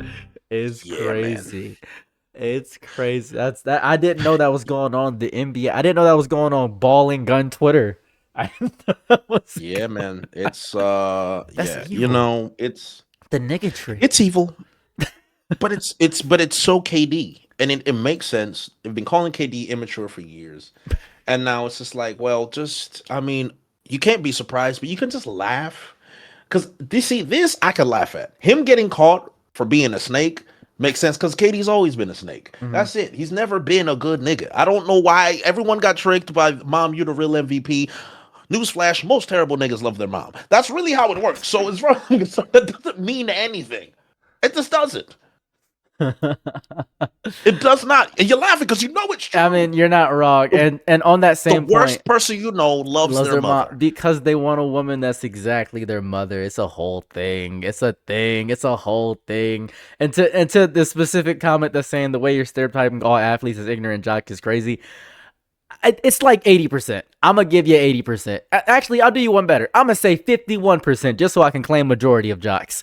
51% are ignorant jocks, and everyone else is, I don't know. Well, because we birthed Michael Vick and OJ. You gotta really think about that, man. We birthed the Scooby Doo Killer and If I Did It. We birthed two of them. Now, Michael Vick did have a little turnaround. His redemption story is pretty solid. Okay. I appreciate. I don't know if you've seen Michael Vick lately, but he's turned it around pretty well. I have not At least seen the Michael PR Vick. side. I have not seen Michael Vick lately. Last thing I heard Yeah, about he's Michael turned Vick it is that around. Scooby Doo hates him. That's where I'm at. So that I understand. He has turned it around to his credit. So I'll give him that. But I mean, do you know about Karl Malone and him? You know about that? No. What was it? Karl? I think he got a 14-year-old girl pregnant in Utah. Then I think forced her to have an abortion or something like that, and didn't claim the baby or didn't pay. I think she had the baby, but just refused to pay child support and like abandoned her or something like that. It's one of those. Either way, Karl Malone is not a good man at all. He's a terrible person. Oh, this is Johnson and Unanimously. Johnson all over again. This is Johnson and Johnson all over Yeah. again. Because you know about Johnson and Johnson? No, I don't know that. If you had the baby oil thing. the Frida baby products. Ah, she was 13. Even worse. Never mind. All right. Anyway, go ahead. Ugh, disgusting. The Frida baby products. If you go to Frida Baby Products, there's an anal rectal thermometer for babies, right? And which is takes the temperature for the babies. And on the box it says the closest thing your man is gonna get to a threesome, and it's crazy. It's a real thing. It's an insane thing. It's a baby product, and it's Johnson and Johnson adjacent because Johnson and Johnson is a subsidiary of Frida Company, and it's killing me. This reminds me of the Johnson and Johnson thing all over again because it just reminds me of that. It's killing me. This is the same thing all over again. It's killing me. It's the same thing. That we're learning. You're learning a lot of hidden things that you wish you didn't know, and now you're gonna know. So why we don't? So I'm assuming there is no Johnson and Johnson products in your house. I'm assuming that's just completely. Dude, I don't have a child, bro. What would I need that for? I don't have baby lotion. I, have grown lotion. I was. This is the lotion I was have. like, hey, did he? But I was like, oh, Here I was you like, go. but there's also, yeah, hey man. This is what I got. This exact lotion. This is what I use. Sorico goat milk. Yeah. That is so fascinating. White and repair. What is just It's Arabic Japanese. It's Arabic Japanese goat milk. Arabic Japanese goat milk. That is the most unique and extra lotion I've ever seen in my life. It's because I have. Okay, I want to point this out. I have when I was 20, I lived in Amish country, and my feet would get calloused real bad. I had the entire bottom of my feet were calloused because I would never wear shoes in Amish country. So I had such horrible feet, and it would scale off the entire bottom of my feet. I have a deep callus on my toe, and the only way to get rid of it was this specific lotion. And that's it. It was so many layers of callus. It was really bad. It was horrible. Okay, fair. That's a good backstory to that. I can respect that. Okay, it's my turn to give you a lore drop. I'm Ready? excited. All right. So this is the Karl Malone story, right? This is it. Karl Malone fathered a child in 1983 with Gloria Bell when she was 13 years old and he was 20, a relationship that has been widely documented. Malone initially denied paternity and did not provide child support until a court-ordered settlement years later. The child, Demetrius Bell, later played in the NFL, and Malone eventually acknowledged him as his son in adulthood. That is a short TDLR. That is the blackest name I've ever heard in my life. Demetrius If you type that into Credit Karma, you would get killed on sight. Like that's crazy. Demetrius. So I hope you spelled it Demetrius. I hope it's just Demetrius. And you know what? Let's do a quick Google. It can't be Demetrius. That's the most Detroit, Michigan name I've ever heard in my life. That's Demetrius. Hold on. That's disgusting. Oh my God, this is his actual name. He's got red highlights in his hair. Oh. Let me show you a picture of this guy, man. You gotta let's Let me let's see. put this right. Is there a chat here? God, yep, yes, there is. Fabulous. see. Here, look at this. Look at that. It's right in the chat. That right there. He looks so aggressive. He looks he looks like if Craig Robinson and a pit bull were one person. This man looks he looks like he didn't need to be conceived at the age it was. That's what he looks like. It's crazy. What are these red streaks? Yeah. What is that blood? What is this hair? This is horrible. And this is the guy with crazy hair. That's a horrible style. He played for the Eagles. Oh my God, he was in Philly. He needs to fly out of that hairstyle is what he needs to do. That's crazy. Yeah, I was in Philly for 3 years, man. That was I don't want to say the worst version of me was there, but you know, there was a version of me that needed to grow when that was there. So That's you know, that's psychotic. That's got to be yeah. it's got to be something. That's horrible. 13 did he get like time or anything? No time, Nothing. no time. Oh my, that's you know what's crazy and Hall of Fame. My wife was Hall of Famer is crazy.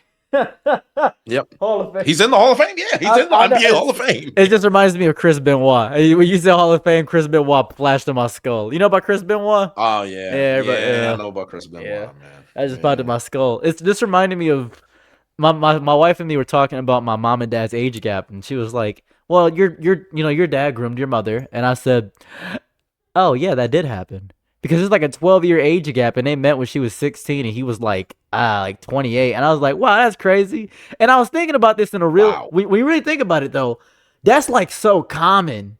Like if you go back 50, 60 years, that's so common. That's like so normal. Like every comedian had like a 13-year-old they were talking to. It was crazy. It was crazy. If you ever seen the Yeah. movie, not the Warriors, the Wanderers. It happened in that I haven't movie. seen that movie yet. No. It happened in that movie. If you go to watch any old movie, you'd see like a 14-year-old and then like this 20-year-old guy, and he'd be like, when you get older, you know, we're gonna do stuff. And they're just like, oh, Bobby. It's like regular. Oh, Bobby. That's just what it was. So Oh, it's like the honeymooners guy. It's like that guy. Yeah. He was like, I'm gonna punch her in the eye. That was his entire bit. He was like, I'm gonna beat my wife, and everybody was like, oh, he's such a lovable. Oh, he hits women. It's like so regular. It's so regular, bro. Oh my God! No, yeah, television back in the day was just so casual. Like back in those days, the 4chan days, they used to have memes laughing at men slapping women, right? The old black and white grayscale memes. Yes. So, brother, it's I hey, think man. I think we're hitting a pendulum swing back when you think about it. We're really hitting like a pendulum swing back. Yeah, we are. We're definitely swinging back to memes that should not be funny, but people find them absolutely hilarious because as long as it's at the expense of somebody else that we don't care about, we're okay. Yeah, it was who was it? I was talking to somebody and I said, yeah, he's a little fat. And they got so pissed at me for using the word fat. And I said, oh, I didn't know is that a slur now? I didn't know what happened. Yeah. And they was like, no, it's just insensitive to say the word fat. I said, what do I say instead? And they said thick. And I said, I'm not calling a nigga thick. That's crazy. Like, that's insane. I'm a bisexual nigga and I wouldn't call a nigga thick. That's how bad it is. I'm not saying that shit. That's crazy. What the hell do you mean? That is crazy. That's That is crazy. it's a I was devious like, bro. bar. This reminds me of, do you remember when Rihanna and Chris Brown had that incident? Do you remember the internet's reaction to that? You said Chris Brown's I the don't think GOAT? people remember. You said Chris Brown's the GOAT? It's not even just Chris Brown's the GOAT. People were memeing Rihanna's battered face all over the internet. It was spread everywhere. Sometimes I forget the childhood I had. Like literally, sometimes I'm just like, people were memeing it as a joke, saying, "Hey, don't act out of line. You're gonna end up like Rihanna." That was the joke. Yeah. Well, I was in 7th grade. look no further than my favorite song of all time, Robin Thicke's Blurred Lines. That is what I would consider. That is just assault as a song. That's crazy. Are you insane? Yeah. And they're just like, You Robin good Thicke- girl. You know you want it. Hey, hey, hey. Like, are you listening to the lyrics? Are you listening with your ears Brother. closed, eyes wide shut? I'll give you one better. One More Drink by Ludacris and T-Pain. I used to listen to that song religiously in middle school. If I just have one more drink, I'm gonna end up effing you instead of what you want to do, shorty. That is the hook. And we were going crazy for it. We were going like, oh my crazy. god, this is my song. I was in there. And you know what's crazy? You know what? This is gonna sound nuts. This is gonna sound really, really strange. The reason they hated Justin Bieber so much was because he was almost near adjacent to that. He was completely opposite. Yeah. He was opposite. He didn't even. He was like, no, I'm talking about like my girl and how cute she is in One Direction and stuff. But niggas were talking about, my girl in the club, I'ma beat her. That's a real song. I didn't even know that was a song. I was like, what? That's a crazy bar. Yeah. But It was dark times, man. But you got to look no further than George Bush with my favorite line from George Bush. George Bush has so many clippable lines. He's basically Donald Trump like 0.5. He said, "My American people, my American people, we need to get Al Qaeda and stop the terrorist threat. So please join me together. Now watch this drive." And he just hits a golf ball. And I'm like, that's the greatest thing I've ever seen in my life. There is no way. Yeah. There's no. What Oh if you look up God. George Bush, now watch this drive. He's giving like a public service announcement to the American people, and he just says, now to my American people, we have to stop the terrorist threat and all this stuff. And then he says, now watch this drive. And he clears it. It's a crazy good drive. His golf game is immaculate. It's really Oh my good. God, I'm about to watch it. Go ahead, Hold watch on. it. Watch it. Go ahead. They can hear it. Hold on. Yeah. I like the shirt. It's a great polo.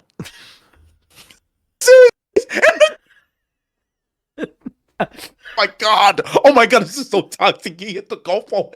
I'm done. Yeah, I'm done. I'm not putting this on stream. This is. I'm telling you.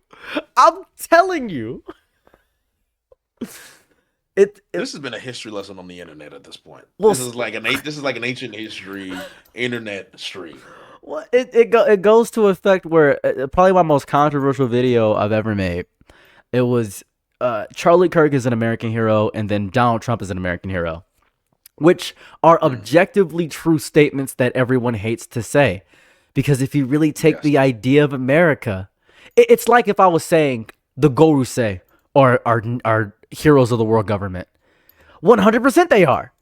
You could Yes, they are. easily say that. And Donald Trump, to me, is an American hero because he represents what America is. He bullies people. He big brothers. He says whatever he wants to. He poops in front of everybody. He does whatever he feels like. He doesn't care. Yeah. That Yeah. is so American to just not care about the advisory of the smartest people, because that's what we were founded on. Alexander Hamilton, George Washington, all these people, everybody just came and they said, you know what? I don't like these weird tooth motherfuckers. And they just destroyed the British. It was crazy. They were in I don't know if you were there. You probably weren't there. You probably didn't know about this because I love history. The propaganda they have for the British was so poetic. Really? My favorite bar of all time, Aaron Burr. He said to King George, "You have as much brain as you have earwax.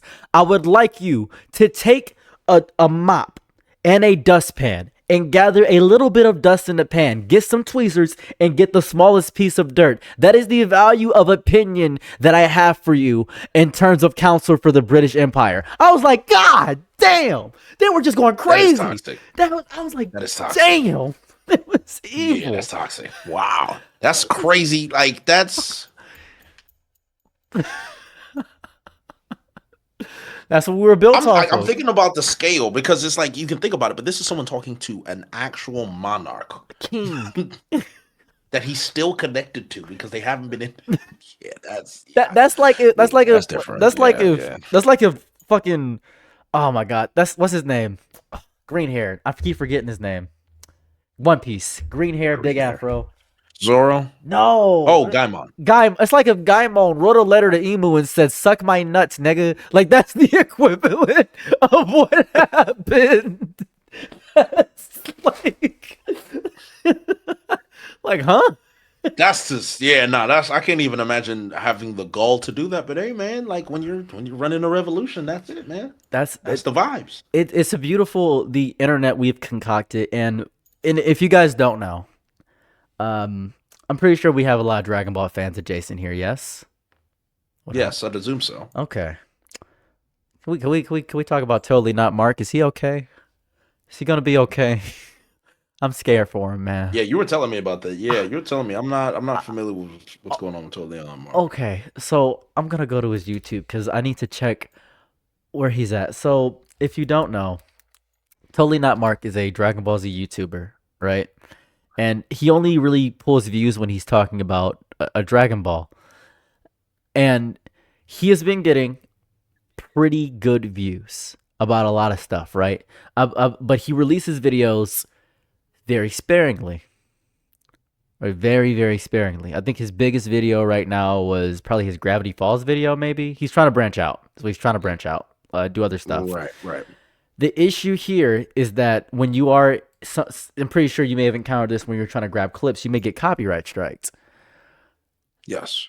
And he's been getting hit with, let's phrase it like this. He has an entire production company of people, and he releases 20-minute long videos, and he does a lot of edits, and people aren't there for Totally Not Mark. They're there for the video edits and things of that variety. We talked about this earlier with Coming For Your Personality. The issue that I'm seeing... 1 second. Go ahead. Pause. Because Take your time. I just got Some cooked. lag? I just got cooked by Bodega? No. That's the thing. Connect to your encoder. How do I do that? Mhm. Hold on. Let me just end the stream. Oh, yeah, we Go going. live again. Yeah. We're gonna do this again as soon as possible because for whatever reason, we're gonna boot this up again. They hate you. We're gonna boot this up again. And they stopped. I knew it. This is They hate you. See, this is what you get for using Streamlabs. bro. This is your Streamlabs. This is my fault. This is my fault. It's my fault for using Streamlabs, bro. This is so dumb. This is so dumb. Hold on. Hopefully, this will cause you to Refresh. learn OBS. No, I can. I just thought Streamlabs would be better, and I guess not. Like I literally just guess not. This is so stupid. Okay, open up. It says the stream's finished, but it's also not because we're here. Oh Jesus. Anyway, yeah, go ahead. But You can start now. It's just with Totally Not Mark. I'm scared for him because it's a thing I noticed with, which you probably don't know. You're about 7. He used to do anime drinking games. You may have seen this before, the anime drinking games. And he would do Boondock drinking games. He would drink whenever a character said a certain thing. It's gimmicking. The gimmicking is gonna ruin YouTube so bad. It's scary to me right now because I know this is some people's livelihoods, and I'm in like private discords of people, and they're just saying like, "Hey, I don't know if I can pay my editors and stuff," and it's scary. Like it's real scary right now because then there's some guys like, "I just made an AI video ASMR and I got $20,000 this month," and that's just scaring me, man. It's scaring me. Yeah, and YouTube isn't really doing anything about filtering out the AI slop, and it's very disappointing. Oh, I'm not even gonna lie to you. Like, if you know how bad it's gotten, right? So for me, people obviously know this. I'm a Christian, right? This is not New news. It's not a surprise. We don't hide that. Wow, Jay loves Jesus. Yeah, I do. Great. So there's a pastor that I love. His name is Miles Monroe. Big fan of him. There were and I'll try to watch as many sermons from him as possible. And I was watching a video of his. And at first, I'm like, oh, yeah, this is great. And then I was hearing things. I'm like, wait, hold on. I don't think he's ever said this before. I've listened to this man nonstop. Next thing you know, I'm listening to it. I'm like, oh, my God, this is an AI video using his voice exactly. And I only would have known if I've listened to his cadence and how he speaks and so many of his different messages. And I was like, oh, my God, this isn't him. Oh, my God, this is I was like, they're doing this in Christian spaces. This is malicious. This is different. This is bad.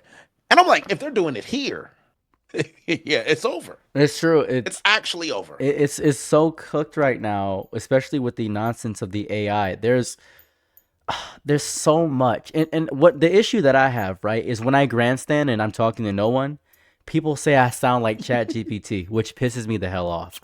It makes me Yeah, that would. I'm sure that. Yeah. oh, because if I start grandstanding, I'm gonna use comparison words. I'm gonna speak. I'm gonna speak, and I've been doing this for a while. Go through back to my NEMO videos. I speak the same way before ChatGPT, before all that, and people are saying I can tell this is AI generated because who speaks like this? I do. I'm grandstanding, you asshat.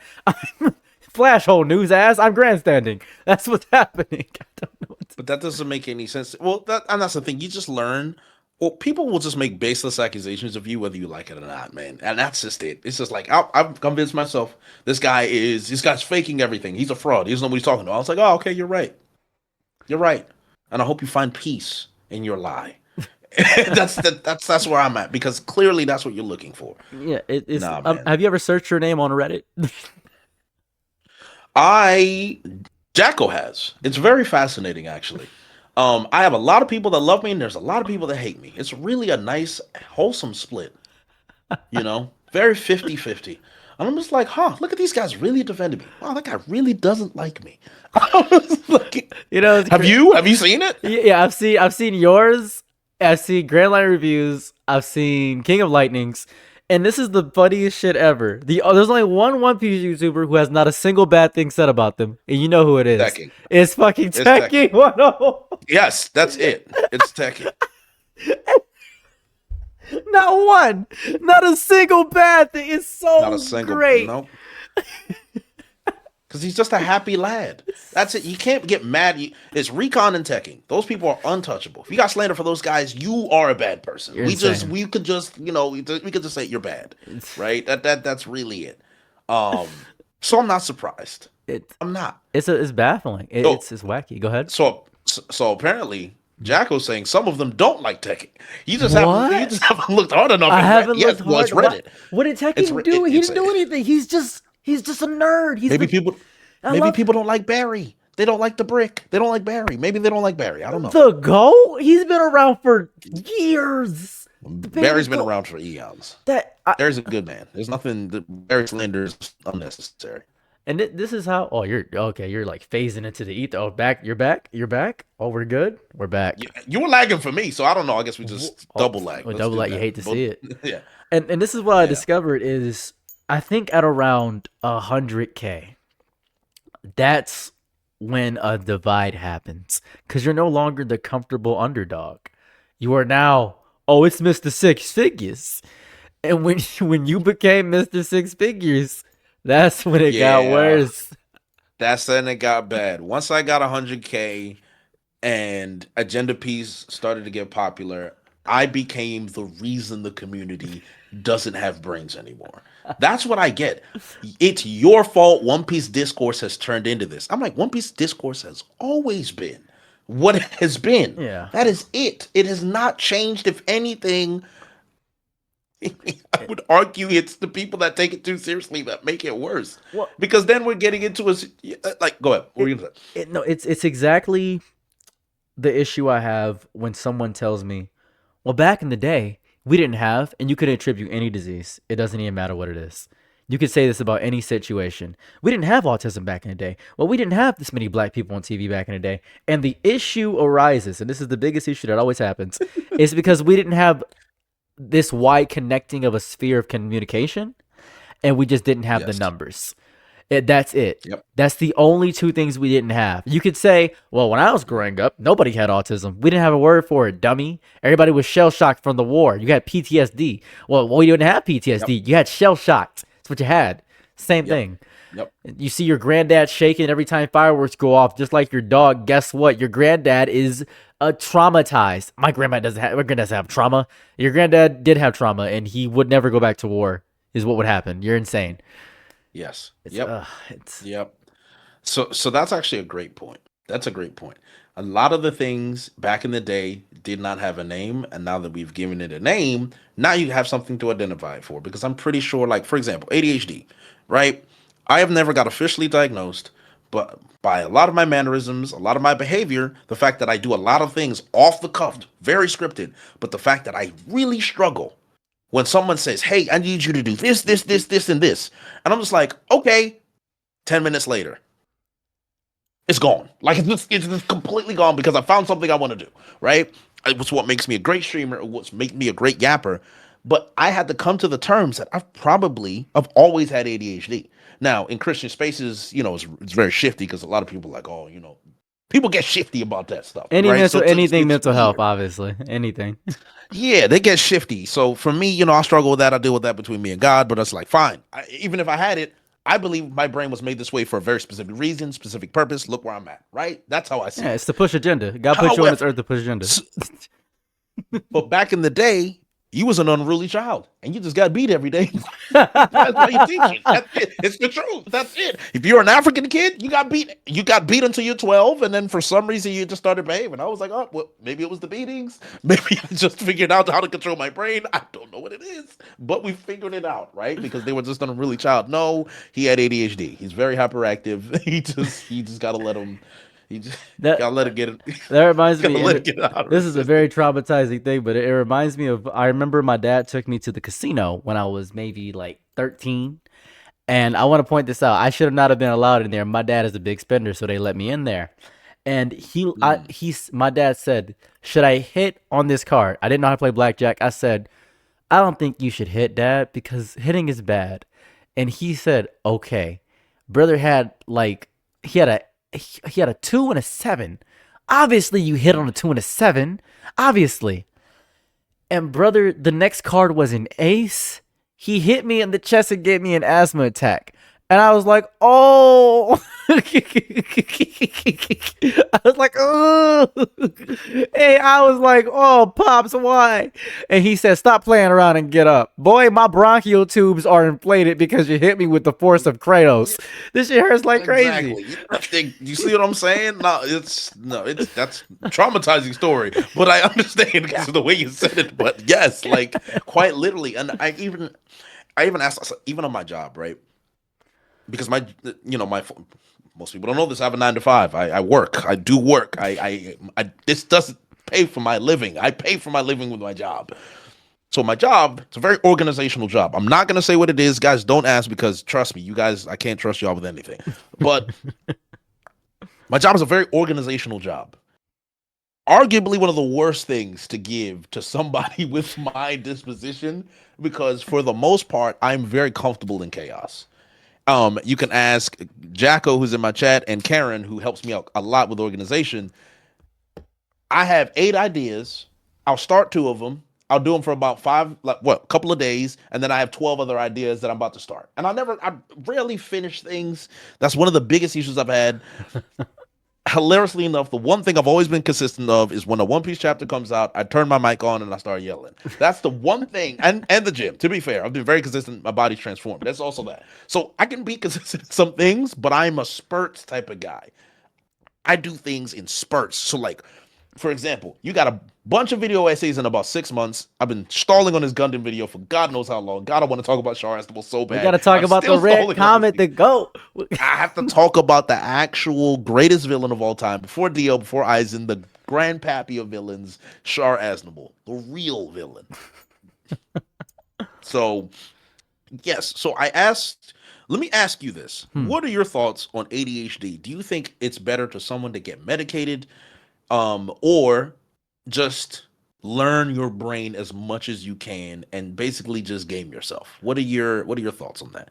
I believe it depends on the extent at which the ADHD is causing a detriment to the betterment of your life. I have I have SAD. I have schizoaffective disorder. So I have bipolar mania, manic depression. That's where I'm at, and I see and hear things like it's horrible. I have night terrors every single night. I wake up in convulsing. Oh my God, I'm shit. sorry. It's evil. It's bad. I can't. Yeah. For the most part, I can't tell when I'm awake or asleep at all. Even now, I have no clue. I'm just kind of hoping that I'm awake right now. I have no clue. I can't tell anymore. It's that bad. But I am unmedicated, and I could get medication, but then you wouldn't get 2 videos every day. because Fair. this Schizoaffective has forced me to lock in on video so hard. People say you're gonna get burnt out. Incorrect. I'm better than you. So this, Yes. it's My brain has allowed me to do this. it's infinite because I don't script. I just find the topic, and whenever my brain's full, I upload. So with ADHD and when it comes to diagnosing could cause a lot of issues in life. By the way, that's why a lot of people who will just Yes. say they have autism, but then if they get the autism diagnosis, that may cause a detriment for their job, may make it harder for them to get a job. So that's also a stressor there. And then medication costs a lot, and you're actually changing your brain chemistry. Because as my wife has so accurately put it, when you take medication, it's preventative. It doesn't actually end the disease. It's just preventative measures to not No, go. it doesn't end it. Yeah. Yes. And I'm a guy that's been in psychosis a few times. It's not fun. It's not a fun thing to be in. So I would say if it is actively causing a horrifying amount of issues, if you can't focus and the people around you are actually destroyed and affected by it, then by every stretch of the word, by the monkey D of the word, please go ahead and get medication. I beg of you. If you're better than everybody else and you can just raw dog it, if you're going balls to the wall, Ron Jeremy status, if you're going crazy Bonnie Blue, go crazy with it. Hey, who am I to say what's in your brain? Go nuts. That's fair. So that's fair. And for me, it's not, I mean, look where I'm at now. So I've gotten up to this point, but then I keep asking myself, what would be the difference if I decided to take something that would allow me to actually focus for an extended period of time? What could I accomplish in that time? But then I also ask myself, would I still be the same streamer? Would I still be the same commentator?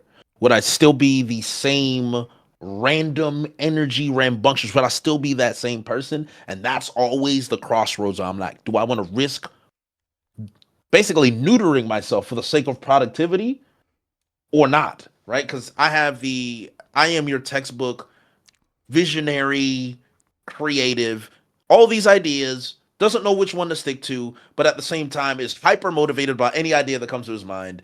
And it's like, as long as you just lock in, you're going to make it big. And I believe it. But then I ask myself, is this because I'm lazy or is this because of my brain? Which one is it? Because I get distracted easily. And that's a weird dichotomy you kind of got to deal with, you know? You have to ask yourself this question. Two questions, actually. When did your hesitation become a full stop? That's the first question you got to ask yourself. And the second question you always got to ask yourself, especially when it comes to matters of mental illness, am I using my mental illness as a booster or a detractor? Am I letting the reason be the excuse? Because let's take, for example, my little brother. My little brother Atticus is 5'10", 13 years old. He can't speak. He is nonverbal, autistic. He cannot speak. I believe it's high needs autism. Now, I could say he's not going to make it far in life because, he needs somebody to take care of him. Or I could say he's beaten me in Tekken 37 times in a row because I've never beaten his Kuma. And I was confused because he beat a true Tekken god. My little brother Atticus, 13 years old, with Kuma, beat a true Tekken god. Now, you could say, oh, well, that's his hyperfixation. He also speedran Minecraft. There's a lot of things this little nigga can do that I can't. And he is cracked at video games. And he's going to go really far because that's his thing. Okay. Is he going to do... Yeah, go ahead. You are blessed as an orator. It is insane how good you are at this gift of the gab. Vernacular is on 10. It's insane. You use this skill to cultivate a very ratty community that loves you. And you have done the thing that Donald Trump should have done. You have become a gift with your voice and not an anger with your voice. Because Donald Trump should have been a drag queen. He would have been great. He would have beat RuPaul. That's what he should have done. Could you imagine Donald Trump as a drag queen? It'd be impossible to stop. He would be. He turned into Big Mom. He'd be Big Mom. He'd be Big Mom. Actually, the greatest hag on earth. It'd be over with. That's what it is. So I say, go crazy, go nuts. I say, if you can, let your ADHD be the betterment for yourself. If it gets to a point where it's too distracting, you can't actually do a single task, by all means, you're gonna have to lock in and get some medication. But if you Yes. see it as good, I think you need, man. I think if you can somehow shift this to full time, it'd be a lot easier because you got a lot So to that's the balance. plan, right? Yeah, Yeah, and that's always been the goal, right? But we're in this position where it's like, if you're making enough to support your life as is, if I go full time, I want to be able to make enough with this to be able to support this life. And so I can drop that one. That's the plan. Or most people do the crazy thing. Hey, just take a risk. Just drop it all, right? And so there's also that route. And I've been thinking about it for a while. I'd have to move out of here. I ain't gonna lie. I'd have to. We'd have to go. the But downscale. yeah, we'd have to downscale immensely, right? But this is a two bedroom, 2 bath apartment in the DMV, right? So you're talking, yeah. Oh, So do you know what I'm saying? like So like what, 2,000 in rent? Maybe, I'm not even sure. I wish. I Oh, wish. So like, yeah, no. So that's so like, it's like that. So I'm a bougie guy, right? That's how I've always been, right? I was born. My parents, God bless them. My dad, my mom, superheroes, right? Put us through school to be able to get to this point. So for me, I've accustomed myself to a certain type of life, and then I adjust to it. So for me, my whole life, and this is important. My whole life, I have done the. I'm Nigerian. We're gonna be an engineer. I went to I did a computer engineering degree. I did all that stuff. I was decent at math, but I was one of those students where I'm like, oh, I got a B, I'm okay. I got a C, I'm okay. Right? It's one of them. And then I did I got a B, I got a C, I'm okay all the way through college. During that entire time, I see people and I'm like, oh, this is great. I've made it. I'm working the corporate job at a big company. But the entire time I'm like, well, what am I good at? This is not what I want to do with my life. I know that's not what I want to do with my life. It wasn't until I turned on the camera and did YouTube when I realized, oh, I was born to do stuff. I was born to speak on things like I was just born to speak. That's the gift. Everyone has that unique gift, right? So when I hear that, and your words of affirmation mean a lot to me, so thank you. And in that moment, you're at that crossroads where it's like, are you going to keep running I'm going to sustain my life with the real job, but at the same time, I need to put, if I really want to grow in this career, if I want to satisfy the overlords, I got to put my full effort into this, but I can't not think about the thing that I've been meant to do. If I do this, I'll be miserable. But if I don't put my full effort into this, I'm just going to keep doing the slow roll. It's a weird mix. And it's always about, are we going to do this the smart way and the safe way? Or are we just going to fly in there? Are we just going to like go off the deep end? That's kind of where we're at. no, it gets real scary because for a while I was at Amazon doing this. I was doing both jobs full time. My wife was fully supporting me, and God, oh my God, God bless my wife. She put up with the worst. And that, imagine like working a full time Amazon job and then being in love with a creative. It's crazy. Thank God she is more successful than me when it comes to creativity and stuff, because she's got like a big TikTok and a big Instagram and she's pushing numbers like crazy. Because As you should. I don't think I could have possibly been with anyone better in my life than the girl I'm with right now. She is just flawless because she's the exact reason she centered me to make content, because I've been doing this for a while. I had the highest before this channel was 100,000 subscribers on my One Piece channel, and then she said, "We'll talk about your life," because I had that, and this is my issue. I'm in Detroit, so everybody has the exact same life as I had. Oh yeah, I married an old lady. You know, I was, you know what I'm saying? As a matter of fact, last week a stripper bit my tip off. I was like, yeah, high five. You know, we're just doing Detroit stuff. Regular Detroit. That's just Detroit. Wow. We're just Detroit. And I tell this to somebody outside of Detroit, and they're like, no, you are traumatized. You are a victim. I'm like, huh? You didn't get jumped by 3 Amish guys outside of an anime convention? No, none of us. That never happened. That's insane. What? Oh, my bad. I thought that was a regular Detroit experience.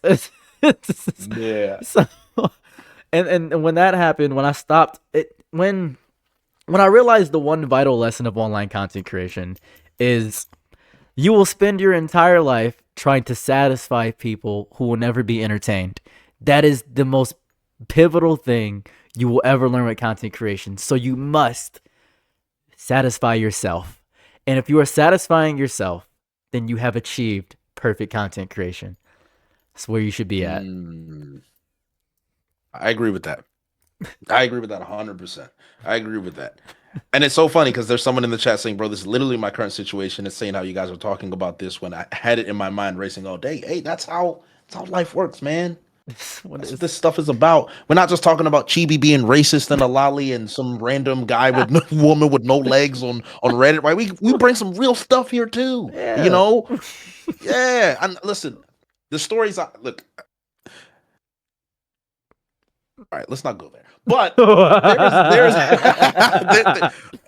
for a man that was raised in a 2-parent household, beautiful Christian parents, all that. We had our issues like every family does, but for the most part, I'm very lucky. I'm very blessed. Very, very blessed. Even with that, some of the stories I have, if I spoke about them, my perception would be different. Now, mind you, the perception would be the same, but it would be amplified by 10,000. Because there's just some things that people say, and it's like, oh, if they knew, there's that. Now, there's people that do know that, like Karen and Jacko. Mm-hmm. Now, they're smart enough not to say anything, but they say that. Now, Karen actually has a great question. She wanted to know what kind of content does your wife make, because she's a very sweet girl. So my mistress, my lover, my anodyne, my Aphrodite, she is she is a phenomenal dancer. She is insanely funny. It's insane. She talks about, I'll explain what happened. So my wife has this deep love of Hotep culture. Now let me explain why this and it's gonna sound a little crazy. Let me just get this out the way. I love this. So she is a woman of Caucasus descent. Her family is from the Czech Republic. They came over through ships. And this is so fun because she just was curious about Hotep culture. So she asked them very regular questions. I don't know if you know what a Hotep is, Hebrew Israelite, but we encountered... I know what a Hotep is. Good. Yep. Did you know a few of their insane beliefs? Now imagine a Hotep to the power of a Hotep. That's what we have in Detroit. Because this man that she was talking to said, oh, I don't use lotion because black skin doesn't need it. First thing, caught me off guard. Secondly, he said, oh, white people do not have and this is very important, a pineal gland. Now, if you don't know what a pineal gland is, it means it's the gland that produces melatonin. Now, he said white people don't have a pineal gland because they have no melatonin. Now, if you don't know what melatonin is, it is the chemical produced to help you go to sleep. It's why your eyes get tired. Yes. He had directly stated that all white people have no pineal gland. All these motherfuckers are Blackbeard? That's crazy. You're saying they can't sleep? Yes. That's the They can't sleep. No. Insane. He meant to say melanin, but he didn't correct himself and proceeded to continue the double down, much like the KFC sandwich. That's what he did. Yes. That's what he did. Yes. Oh my God. And she was talking, she loves talking to him because they always say something crazy. Because they'll say something that makes sense like, don't eat pork because pork is bad for you. Scum of the earth. Fair. That's good. I'll give you that. And don't eat shrimp because shrimp is the insects of the ocean. And then they'll say gay people are evil and they don't deserve to exist on the earth. Okay. And the earth is flat. We live in the firmament. Okay. Cool. Ice wall. You know we exist in a nutsack, my brother? Okay, let's roll back. Let's. What does that mean? I don't know if you know about the nutsack theory from Hoteps, but it's pretty cool. Okay. Let me describe this. So you know how the Earth is a sphere? Yeah. You know how our sperm is a sphere? Yeah. Okay. There goes the end of that logic. And my brother, and I ask you, and I can call you my brother, right, my niggas? Actually, my twin. Let me explain something to you right quick. You notice how you're wearing pants right now. It must be dark inside of your ball sack. Notice how it's dark in the universe at night. See, we exist in the nutsack of a man.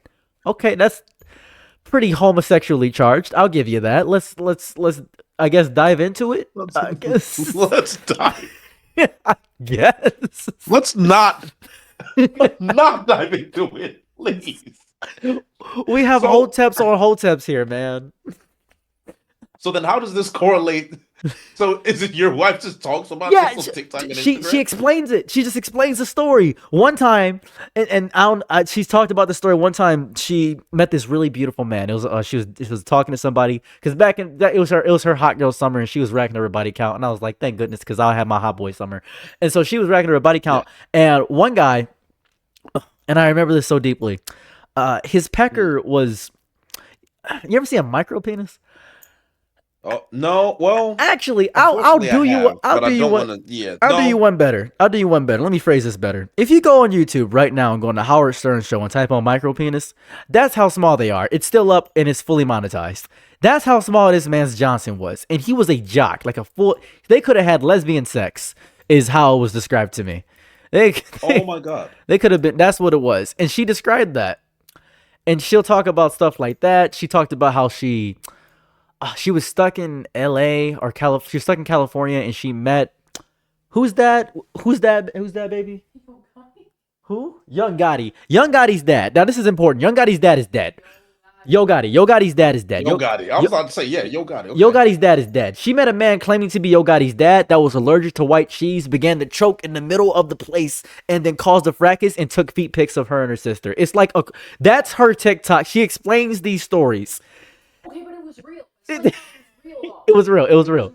It was real. And we met Young Pug's producer. It was You two really are perfect for each other. That's Yes. crazy. Yeah, we are perfect for Wow. each other. And you wouldn't know this Wow. if you Talk see about soulmates. No, if you see my wife, people look at her and they're just like, she looks like a regular white girl. No, she's off her gourd. Babe, could you come here for one moment and show your face for a second? Yeah, picture this for a moment, right? Kneel down if you could. This is what she looks. She looks like regular Disney Channel. You would see her on Disney Channel. Nick at Night. Dan Schneider would go sick for her. Like she's like Sam Puckett adjacent. Right? Like Miranda Cosgrove, like you would see her on a guest episode of Big Time Rush, but she's like basically I can see that, schizophrenic. yeah. So that's where it's at. It's good. I Thanks, love baby. it. Hi, by the way. Nice to meet you. You said hi, baby. She waves. Yeah. Oh my god. That is the most hilarious love story I think I've ever heard in my life, and it just makes so much sense. Especially the Hotep. I'm just so fascinated. So when I joined and that surfer sound, that is a guy cosplaying as a Hotep in a fighting game. That's what that is. I gotta see it. You gotta send me that, man. That sounds. We so gotta. funny. I have to send it to him, Jacko. I got it. I don't know if we have the clip on hand. I've got to send you the clip. Your love for white women and poorly seasoned fried chicken is making you weak. And then he said, "Go get some Kangen water." Right? I'm not sure. I don't know if you've heard of Kangen water. Another one is he says broccoli is man-made. Corn is making you infertile. These are all things he says after winning a fight with the continued screen rolling. This guy is special. That's so funny, but it's so raw. It's so raw. Yes. It's so Dr. Umar. Oh my god. It is. So for me, when I heard him say your love for white women and poorly seasoned fried chicken is making you weak, I was like, oh, this is different. This is different. I've never heard this before. What I love the most is, and this is just back on the Hoteps, it's because the greatest thing ever was said to me by a Hotep. Two things. First thing, because he saw me dating a white woman, he said, "Well, you may be black, but you got the heart of a regular person." I said, "That's the funniest shit I ever heard in my fucking life." What does that mean? What? That's crazy. And then he said, "You know, it's fitting for a black man to be with a white woman." I said, "Oh, why is that?" He said, "Because you're both one step away from being a white man." And I said, "Huh?" He said, if you were white, you'd be a white man. If she was a man, she'd be a white man." I said, "Okay, I guess, bro." Yeah, that's insanity. That's insanity, man. Yes. Let me see if I can. I'm trying to find this. There it is. Mike O. Can Mike I O. find if I can find this video? You have to see this before we leave. I'm so I excited. need you to see it. I'm excited. And you just it's every time I go back to it and I'm like, this is literally everything that my humor has been built for. Okay, hold on. No. I know where to find it. We're gonna have to go to TikTok. The Oh, the dreaded Tik- TikTok. we're I going stay away from deep. TikTok. I can't. Yeah, I can't. No, that's I gotta fine. stay away from TikTok. The man. only reason I went to TikTok recently was to find a Dax meme because people are clowning on Dax by linking him with Five Nights at Freddy's raps, and it's really funny. That's pretty much all I got on TikTok right now. Five Nights of Freddy raps. Okay, hold It's on. so So I stupid. found the guy. Oh, I'm excited. His name is This is Mike Leo. Now, if I can just find This is Mike Leo Hotep. Yes. Oh, fabulous. That's the poetry slam though. Okay, let me just show you this one. Okay. Okay, All right. So I'm I excited. am going to put it in the chat here. All right. Oh, you know what? Let's do something even better. Oh. Let's stream it. Oh, let's get it. Let's put it out there. Yes. Okay. So I am going to find a way to make. Okay. Let's. 'Cause this is so bodega. You lost This to is a what we hotel. are. This is what we. I've lost this. Where is it? Where's? There it is. Is this it? Yes. Fabulous. Okay. So we can see the stream. This is it. Ready? I'm ready. Yep. No. Where's the sound? There's There it no- is. Okay, there we go. Maybe next time you'll pander more to black Yeah. women and make Just let it go again. unnecessary references about Egypt. Broccoli's man-made. Right. So then I'm just gonna go back in. Rising. Too bad you lost the poetry slam. Maybe next time you'll pander more to black women and make unnecessary references about Egypt. Broccoli's man-made. Yes. the broccoli's man. That is him. Broccoli is man-made. Okay. Is this isn't the one? Is Jacko, is this the same one that I just showed? Hold on, let me What's see. crazy is that he's not wrong. Wait, Broccoli wait. is man-made. He's not incorrect, I guess. It is. He's not Yes. wrong. It's very factual statements. Grand No, Rising. that's the same killed one. me. Okay, the Grand Rising, but that's not the funniest one. The funniest one is it this one? Please. Oh my god. If I Yeah, could they're just not find gonna let you find anything, bro. They're not letting you do a thing. No, they're not. They're not gonna let it but I can guarantee that if I have him here, let's just go down the rabbit hole, shall we? Let's do that. Because I can't log in. Maybe I can actually log into my TikTok. Let's do that. I Let's enjoy the make the rabbit hole. mistake. Let's make a mistake. That's Let's- actually let's true. make a Yeah, mistake. it's actually true. Yeah, broccoli is man-made. As a matter of fact, most fruits. Broccoli is genuinely man-made. I agree. Yeah, most fruits are genetically altered to be more tasty because they were not as tasty and naturally occurring in nature. You think watermelon tastes that good regularly? You're a psychopath. That's years of genetic modification, brother. So I don't like watermelon. Now You're a disgrace to your may- ancestors. No, I may- can you imagine? I was about to say that might make me just unblack, but at the same time, right? I am not I'm not a watermelon guy. Now, mind you, I just started eating strawberries, blackberries, and raspberries and blueberries because I was a child for the longest time and didn't like it, and now I'm like, I wonder if I should have watermelon. So tell me, what is the correct way to be black? Okay. Explain this to me. Let me explain the correct way to be black. So there's being black and then there's being a nigga. So being black, it's pretty regular. You can be Tony Weaver Jr. you can be RDC. You can, like that. You can be regular black. Like you can be a Malcolm X or a Martin Luther King. You can be a Muhammad Ali. Being black is simply sharing a bond through trauma, and the instant you see another black person, you immediately have a sense of camaraderie. That is the collective black Yes. experience. It doesn't matter who it is, you will immediately have a shared sense of kinship no matter what happens. Now, being a nigga, that's you gotta watch BET and Zeus Network. You gotta know who Daystorm, King Buck, Nicki Minaj is by heart. Like I don't mean like you gotta know them. You gotta be outside of a group chat, and you have to mentally abuse a white woman for reparations when you were 16 years old specifically, and then you have to grow out of it and then date a light skinned woman and say this is the highest I'll go on a black totem pole, but cheat on her with a black woman, and then wear a do rag. and then have sweats, and then wear a wife beater. Not a white beater, a wife beater specifically. And then you have to date a white girl from Lululemon and then get her to say the N-word. That is the Lululemon. correct Oh, way. my Jesus. The correct way to be black. That is what you bought to do. It's the lore. And you have to toss out an N-word pass, have that white friend come over, say it around other black people, and beat him up with socks, with a soap and a sock, and then rob him. That is the only correct way to be a nigga. That's pretty much it. Okay. So one, I'm gonna. Oh, Karen just DM'd it to me. God bless you, Karen. Wait, where did you send it? Say Levy. All right. So, all right, I'm gonna send you. Let me show you this one. Let's do this. All right, we're gonna do real janky stuff again, guys. So give me a second. All right. Oh, So here we go. this one. Wait, can I? Yes, I can. No. Hold on. Watching Sailor Moon, you forgot how many There we go. I That's like good. it That's already. good. All right, here.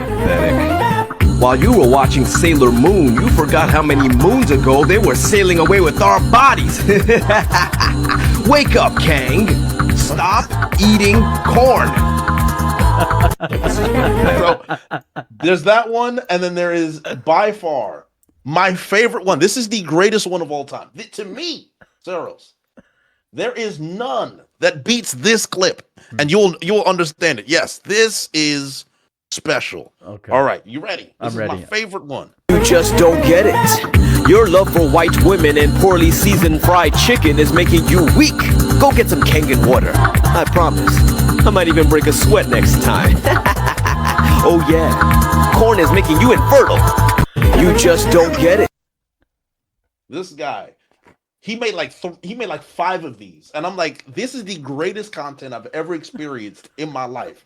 From the idle animation of a classic Tekken game to the music, and then the Hotepisms. I'm like, this is unreal. It's This is a perfect. masterclass. But here goes the beautiful thing about, and this is kind of crazy. Do you know where the corn is infertile thing is from? Dr. Sebi, is it him or is it something else? It's John Harvey Kellogg. John Harvey Kellogg, the guy who made cornflakes? Yeah, he made cornflakes so you wouldn't have sex. Or really? Yeah, he made cornflakes because he was like a super Christian or something. He's like a super Catholic or something. And he said, "There's so many messed up people in the world, and I'm gonna make a cereal so boring that it forces you to not think about sex." You can Google. It's a whole thing. His Puritanism was insane. It was insane. And that's where the corn makes you infertile thing come from, because it's derived from cornflakes. It's a whole thing. And I wish I was like joking. It's like you can look this. It's a real thing. It's like a real thing. The Puritanism of John Harvey Kellogg is a well documented thing. Wow. It's Okay. Well, I didn't know that's where it came. Wow. it's a big reason why. It's a big reason why they say breakfast is the most important meal of the day. That's pure propaganda. There is only one healthy breakfast food. Do you know what it is? What? Eggs. Everything else is wildly unhealthy for you. It ruins your body. It forces you to go into what we call the itis. So you know what's so funny? Every time I go on a cut, my breakfast is always eggs and a yogurt with some almonds and maybe some protein coffee or something. That's it. I can't eat anything else but eggs Yeah. when I'm cutting. That's it. I just can't. It's or fruit. That's it. Yeah, but see, and whenever I asked my friend this, you know what he said? He said, well, fruit is a healthy breakfast food. You can eat fruit any time of the day, nigga. I'm talking about pure breakfast food, grits, oatmeal. I'm talking about like the bagels, man. That's like insane. Yeah, bagels, and even it's so funny because I started eating bagels for the first time because I had them in my fridge. When I started looking at the calories, I'm like, oh my god, this one bagel, the level of carbs in this one bagel and the calories. It's like, why am I cutting if I'm going to eat this bagel? And it's a wheat bagel. It's not even a white bagel. I was just like, I can't eat bread. I'm a human science major, right? I have a bachelor's degree in human sciences, so I had to teach. I had to do a experiment where I had to teach somebody serving sizes, which is now this is so important because my subject was breakfast. It was my college thesis. It was my thesis paper for breakfast. I don't know if you know this. If you see the amount of serving size for a thing of cereal when you pour it, that's not accurate. Period. It's actually wholly inaccurate because it doesn't account for milk. Milk by itself, and you don't measure milk when you just pour until you feel good. You don't measure milk, obviously. That has so much sugar, so you have to add those two things. So the instant you wake up, if you eat Raisin Bran with 2% milk as soon as you wake up, and if you measure it out, you have eaten 50 grams of sugar. That is twice your daily intake of sugar as soon as you wake up. As soon as you wake up, dude. It's insane. It's bad. So I'm this man, and I was put on this by my friend, a good friend of mine, and she told me about almond milk, and she told me the brand of almond milk to use. This brand of almond milk, 1 cup, 30 calories. And I was like, I will never. I stopped drinking milk a very long time ago. Me and milk, it's over. Yeah. I saw how milk was made with all the pus and the coloring, and I said, I'll never drink this nonsense again. It's never going to happen. It won't. I never thought I'd be. Now, mind you, they haven't put me off chicken, no matter how horrible, no matter how terribly they treat those little chicks and those chickens. I'm going to keep eating Tyson's chicken. It's going to happen. It does not matter. I pray over my food. I'll live. So for me, it's just like little things like that. So, but for the most part, I'm an almond milk man. That's it, right? I drink almond milk. If I'm feeling frisky and I'm going to Starbucks, I say, give me some oat milk. Yes, I said Starbucks. Sorry, guys. I like matcha lattes. It is what it is. But Zionist. it's one of those things. There's that. But yes. So normally it's just pure almond milk for me here. So even then, I don't drink any. Said it again. I don't eat cereal, but what I do eat is I do eat granola with almond milk. I do that from time to time. And before I used to be willy-nilly because I'm the type of guy, I'm gonna eat some cereal and I'm gonna have 3 bowls of cereal. I'm gonna refill it, put more milk in it. That's how people eat cereal. So I did not realize the amount of calories I was just throwing into my body thinking, oh, I'm eating granola. I'm getting all this good fiber. I'm like, no, brother, you're just getting a ton of sugar and you're just putting a bunch of calories in your body. That's it. So, it's just, It's so funny because have you ever looked at a cereal aisle ever? Have you ever just really pinned it to the dish and just dissected it? You ever do that? Just looked at a cereal aisle? Because I have discovered the greatest cereal of all time. Frosted Flakes Strawberry Milkshake. Who the hell decided to make Frosted Flakes Strawberry Milkshake, but not to be outdone by Sour Patch Kids cereal? What is this? You wake up in the morning and you say, I'm going to have some Oreo O's. Are you a psychopath? I'm just going to eat a bunch of sugar. That's it. Insane. And I'll tell you what. Go ahead. No, go ahead. Think about Pop-Tarts. You were I going. was going to say think about Pop-Tarts. That's about it, but go ahead. Yeah, no, Pop-Tarts is just as bad, if not worse. One thing that serious true calorie counting taught me is that the dangers of eating food without knowing portion control, I did a cut. I dropped 20 pounds. Best shape of my life. I looked incredible. I was like, man, I'm getting all these looks. I look like Braun. I feel like Braun. This is fantastic. Now, not to be confused with lay IDF Braun, but this is pre-Braun before the Israel comment. But I'll say that. And for me, I took a break and I said, finally, I can just eat some pizza and be okay. Within 2 to 3 weeks, you will notice this demonic entity called water weight. And I did not understand water weight very well until you realize water weight comes from eating too much carbs, too much sugar, and a ton of sodium that you don't flush out of your body because you don't drink enough water. I'm telling you guys right now, if you ever want to lose weight, the best way, guaranteed way to do it is calorie counting and using not too much oil. Because you don't know how much calorie is in 1 teaspoon of oil, 120 calories immediately. Oh yeah, and that's olive oil. Yeah, There's so many little things. I remember specifically. I was helping my friend was really big. I think he was like 250, 6'2". And I was telling him, I can help you lose this weight real easily. He said, how are you going to do that? And I told him And this is something everybody in chat can do every day if you get 2 kettlebells. This is so important. If you do 75 kettlebell swings in 5 minutes, if you do 75 kettlebell swings in 5 minutes every day for 100 days, your whole body will thank you. Because that will work everything you're not using. Because nobody's working the kettlebell swings. And then if you do farmer's carries, you're not going to have those little baby arms. The postures. You're Yep, oh, those your postures, yep. tuck in your butt. My wife, I used to have lumbar lordosis.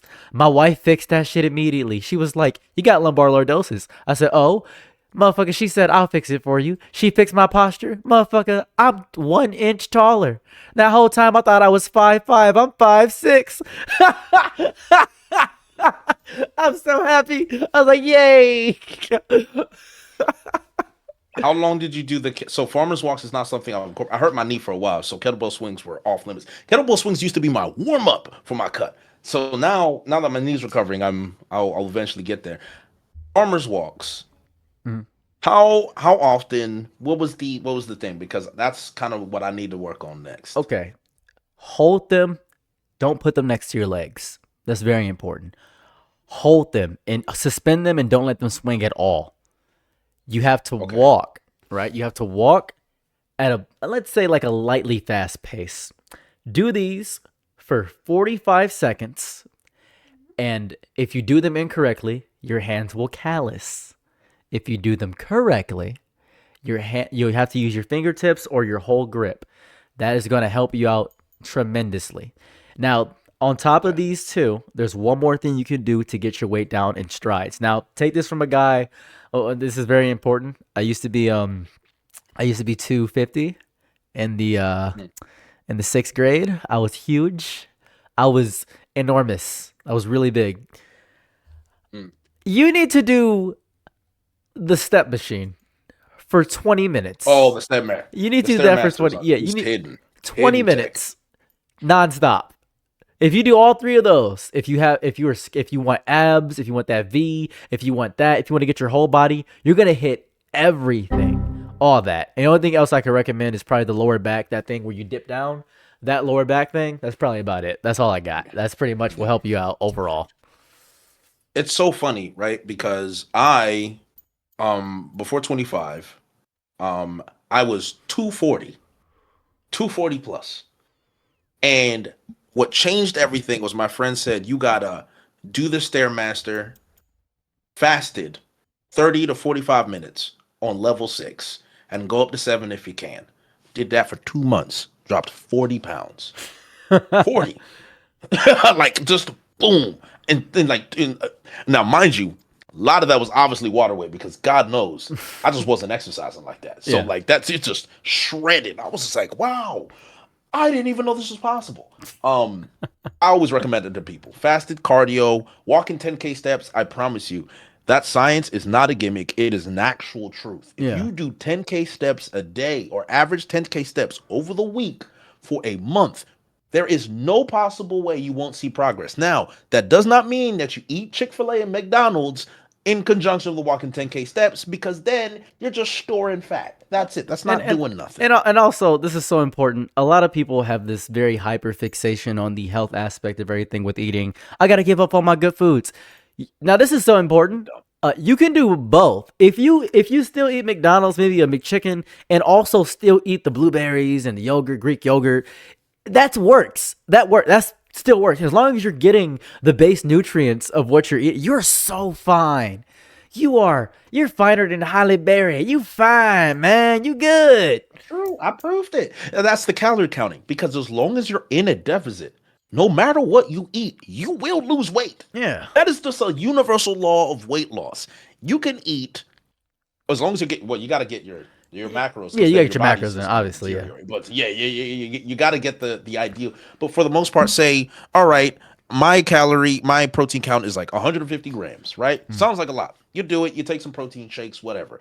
You're at 120 grams of protein and you got 800 calories left. You know what you can eat? You can eat a nice Chick-fil-A sandwich. That's about 20 grams of protein, 400 calories right then and there, and you still got 400 calories left over. You might get a medium fry. Guess what? You're still in your macros. You're still going to lose weight. It works that way. It does. And it's also so important. This is also so important. I beg of you. A lot of people make this big mistake. Please drink. This is gonna sound crazy. Only water.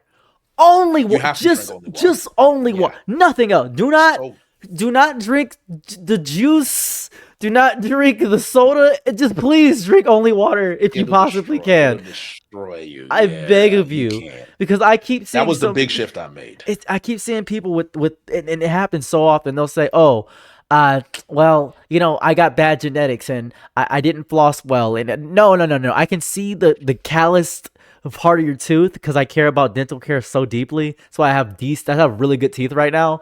It's so important because I had a hollowed out tooth in the back because I fucked up real bad. I had to crush it to get rid of it. I had to crush my tooth in the Oh back. my God. Yeah, I had to physically crush my tooth because the dentist said it was too impacted, so I had to physically crush it. You don't want that. Please floss and drink so much water. Please drink water. Please. 64 ounces at the minimum. You can do it. Grab a big water ball. This is 32 ounces. Fill that up twice. You're Do it good. easy You're day. moving. You're good. For me, I have to drink a gallon. It's annoying. It's the way my body is. It's really upsetting. I have to pee every 20 minutes. I just want to jump off a bridge sometimes. God, no, I'm lying. I don't. But for the most part, one thing that I learned, the reason why drinking water is so important. One, 0 calories. You get the liquid, you quench your thirst. I also drink a lot of black coffee because there's barely any calories in it. So I'm normally good. One of the big reasons why you want to drink a lot of water is for a lot of the food. Sometimes you don't realize how much sodium is in the foods that you're eating. If you're wondering why you feel so bloated, it's because you have a ton of sodium and it's bloating your body. That's the water in your body. The carbs that are sticking to all the carbs that you eat attaches to the water and it bloats and the sodium keeps that there. What you want to do is when you're drinking a ton of water, the water floods out the sodium that helps you not feel bloated, which helps you lose weight, which helps you lose the water weight. So when you're looking on the scale and you look like you're a little bit bloated, it's because last night you probably had a bad diet. So now you got to flood the system. So that's why you got to drink water. And That's one of the reasons. and also to anybody that ever says this to you, orange juice is not healthy. I don't know. It's not. I I had don't to know. get rid of it. I love orange juice. I don't know who started this weird ass propaganda, but orange juice, apple juice, grape juice, and It's bad. so unless you're going to Whole Foods and getting like pure juicer like kale, juice is horrible for you. Oh my God! First of all, I would consider it worse than soda for your teeth. I would consider it's so bad. It's so bad. We're talking about health and stuff now. It's killing me though. It's just because it's true though. It's so true. It's killing me. And I want the best for It's- all of you, man. I really do. And that's what got me out of it, man. That's it. So ever since then, so I'll have these spurts where I'm like, oh well, I'm just gonna start ordering pizza and Thai curry because I want to. But for the most part, if you want to stay in shape, and this for me right now, I'm back on a cut now. So obviously I was in LA and I just ate whatever I want for a week. But now that I'm back, I gotta get rid of all that water weight I just gained. So now I just gotta eat, like today, the diet I had bunch of blackberries, I had some rotisserie chicken, some brown rice that I cooked with garlic, I had a yogurt, 1 beef stick, pause, and I had, what else did I have? I had a protein shake. Now I need to have another protein shake to hit the 200 calories, the 200 grams of protein, and then maybe I'll have a cheese stick, and that's it. And that's my day. That's it. Here's the important thing too, right? A lot of people, a lot of bodybuilders I know will just do bodybuilding. But, and this is from a 7th place bodybuilder in Detroit, Michigan. The two things of cardio that matter the most outside of the Stairmaster, burpees and rucking. Burpees, rucking. If you don't know what rucking is, when you walk around with a backpack on your back and walk at a very high pace, rucking and burpees save your soul. Save your soul. You will do so much better if you do those two things. Burpees are hell, though. Really? Yeah, burpees are hell, but they I work. hate burpees. Yeah, but they're the Please. best cardio. Oh, They're the no. best cardio, period. They're period the best cardio. There's no better cardio than burpees. That's it. It's top tier. It sucks, don't Yeah, it, too? No, it's terrible. The only reason I don't use the Stairmaster right now is because I'm just focusing on my step count. Stairmaster, it's less step count, but more work, more cardio work that gets the job done. And it works out your legs very well. Oh my God. The Stairmaster is a leg workout plus cardio. Like you can't lose on the Stairmaster. You don't lose. You can't lose. You can't lose. You can literally feel your body thinning as you get on the Stairmaster. It's one of the weirdest effects I've ever felt. You feel leaner the moment you step on. You're like, damn, am I? No, this is the journey of 1,000 steps. Those monks were right. Yes, that's it. And now you realize why those monks were always in shape and just surviving off, 3 grains of rice and vibes. So Speaking of monks, I have to state this. I'm in Detroit, right?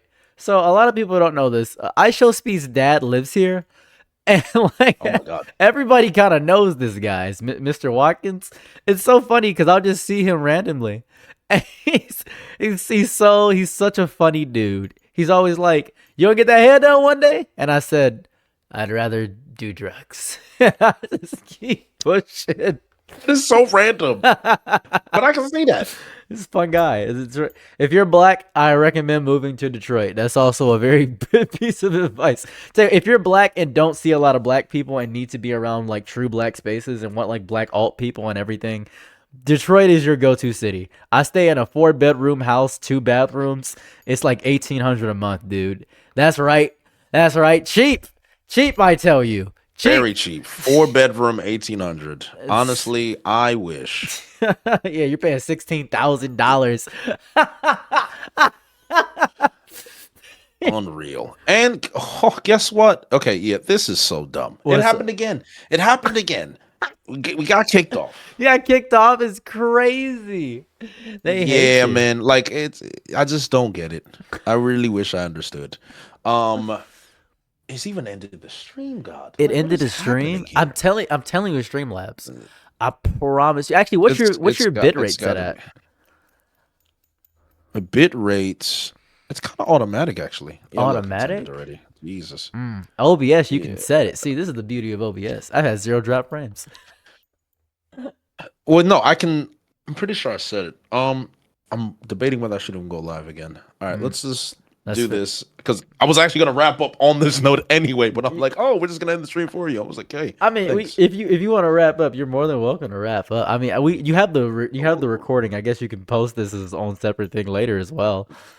Well, I've had to stop the recording like 6 times. So at this point, this stream is just nonsense. So this will be the last time I use Streamlabs. for I'm certain. so weak. Like, Would you like my recording? Because I've been Like, live the whole it's- time.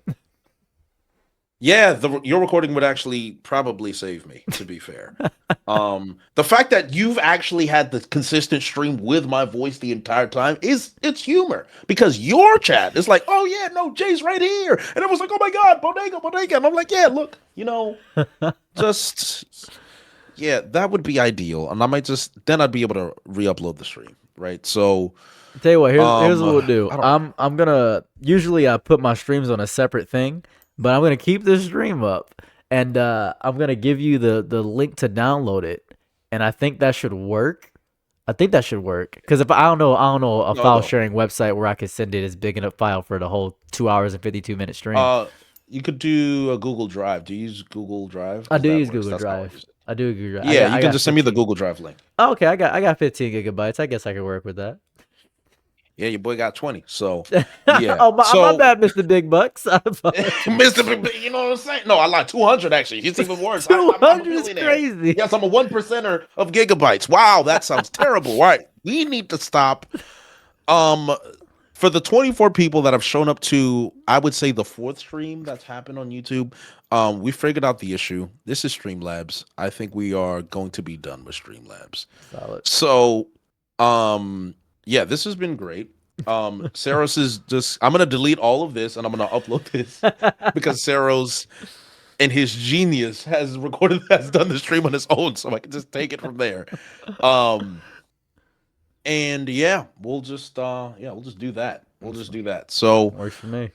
Saros, thank you. This has been the most Saros core stream of we talked about racism, we talked about watermelon, we talked about 4chan, Hoteps. we talked about Totally Not Mark, Hoteps, and then we talked about health and fitness. We talked about ADHD, right? We talked about everything, right? I think we've covered every single human base outside of maybe the Epstein files. And I'm sure we've even made a joke about it once or twice. Yeah. So at this point, and we even talked about basketball and Kevin Durant, right? So it's been great. We've covered every ideal black topic outside of hip hop. So yeah, this is well, no, that's not true because we talked about One More Drink. No, we did talk about that, and Yeah. Robin Thicke and Blurred Lines. We Wow. did. We went through everything. We even We talked. talked We even about- talked about One Piece somehow. That's crazy. We talked about we started off with One Piece. We talked about religion. I was like, wait, what did we miss? I don't think we missed anything. Not a single miss. My goat never missed. We never missed. We never missed. Shout out to Sarah's TV. Obviously, if you don't know, subscribe to his channel. One of the most hilarious people I've ever met. Great commentator. Great content. I was speaking like Trump there. Great commentator. Great. Love his hair. He's the mainest. Fabulous young black Best man. black I've ever He's met. the greatest. Best black man I've ever met. Look at his afro. Love it. I wish I had an afro just like that, honestly, which I might say the sunglasses. Nice touch. Thank you very much. Sarah's Television. Great channel. Ladies and gentlemen. Sarah, do you have anything to plug before we go? Not much. I would just say get out of your circles of certain content creators and please try to find more things that at least not particularly that challenge you, particularly that just aren't your comfort zone. I would say would be more so a thing, because I'm not telling you to go listen to a right winger if you're a right winger, or if you're a right winger you want to listen to a left winger, you gotta do that. I'm telling you to maybe listen to something you would never listen to. Perhaps maybe learn how to get your forearm strength up, or maybe your wrist strength up, or maybe watch a cooking stream and learn how to cook. I'd say the cultivation of human life is a correlation of figuring out how many skills you can gather each day and focus on that. And that's all I gotta plug. Amen. 100% agree. Ladies and gentlemen, with that, Beyond Legend episode, the wildest, most checkered episode of all time, but still one of the best. We're signing off. I'll catch you guys later. Bye.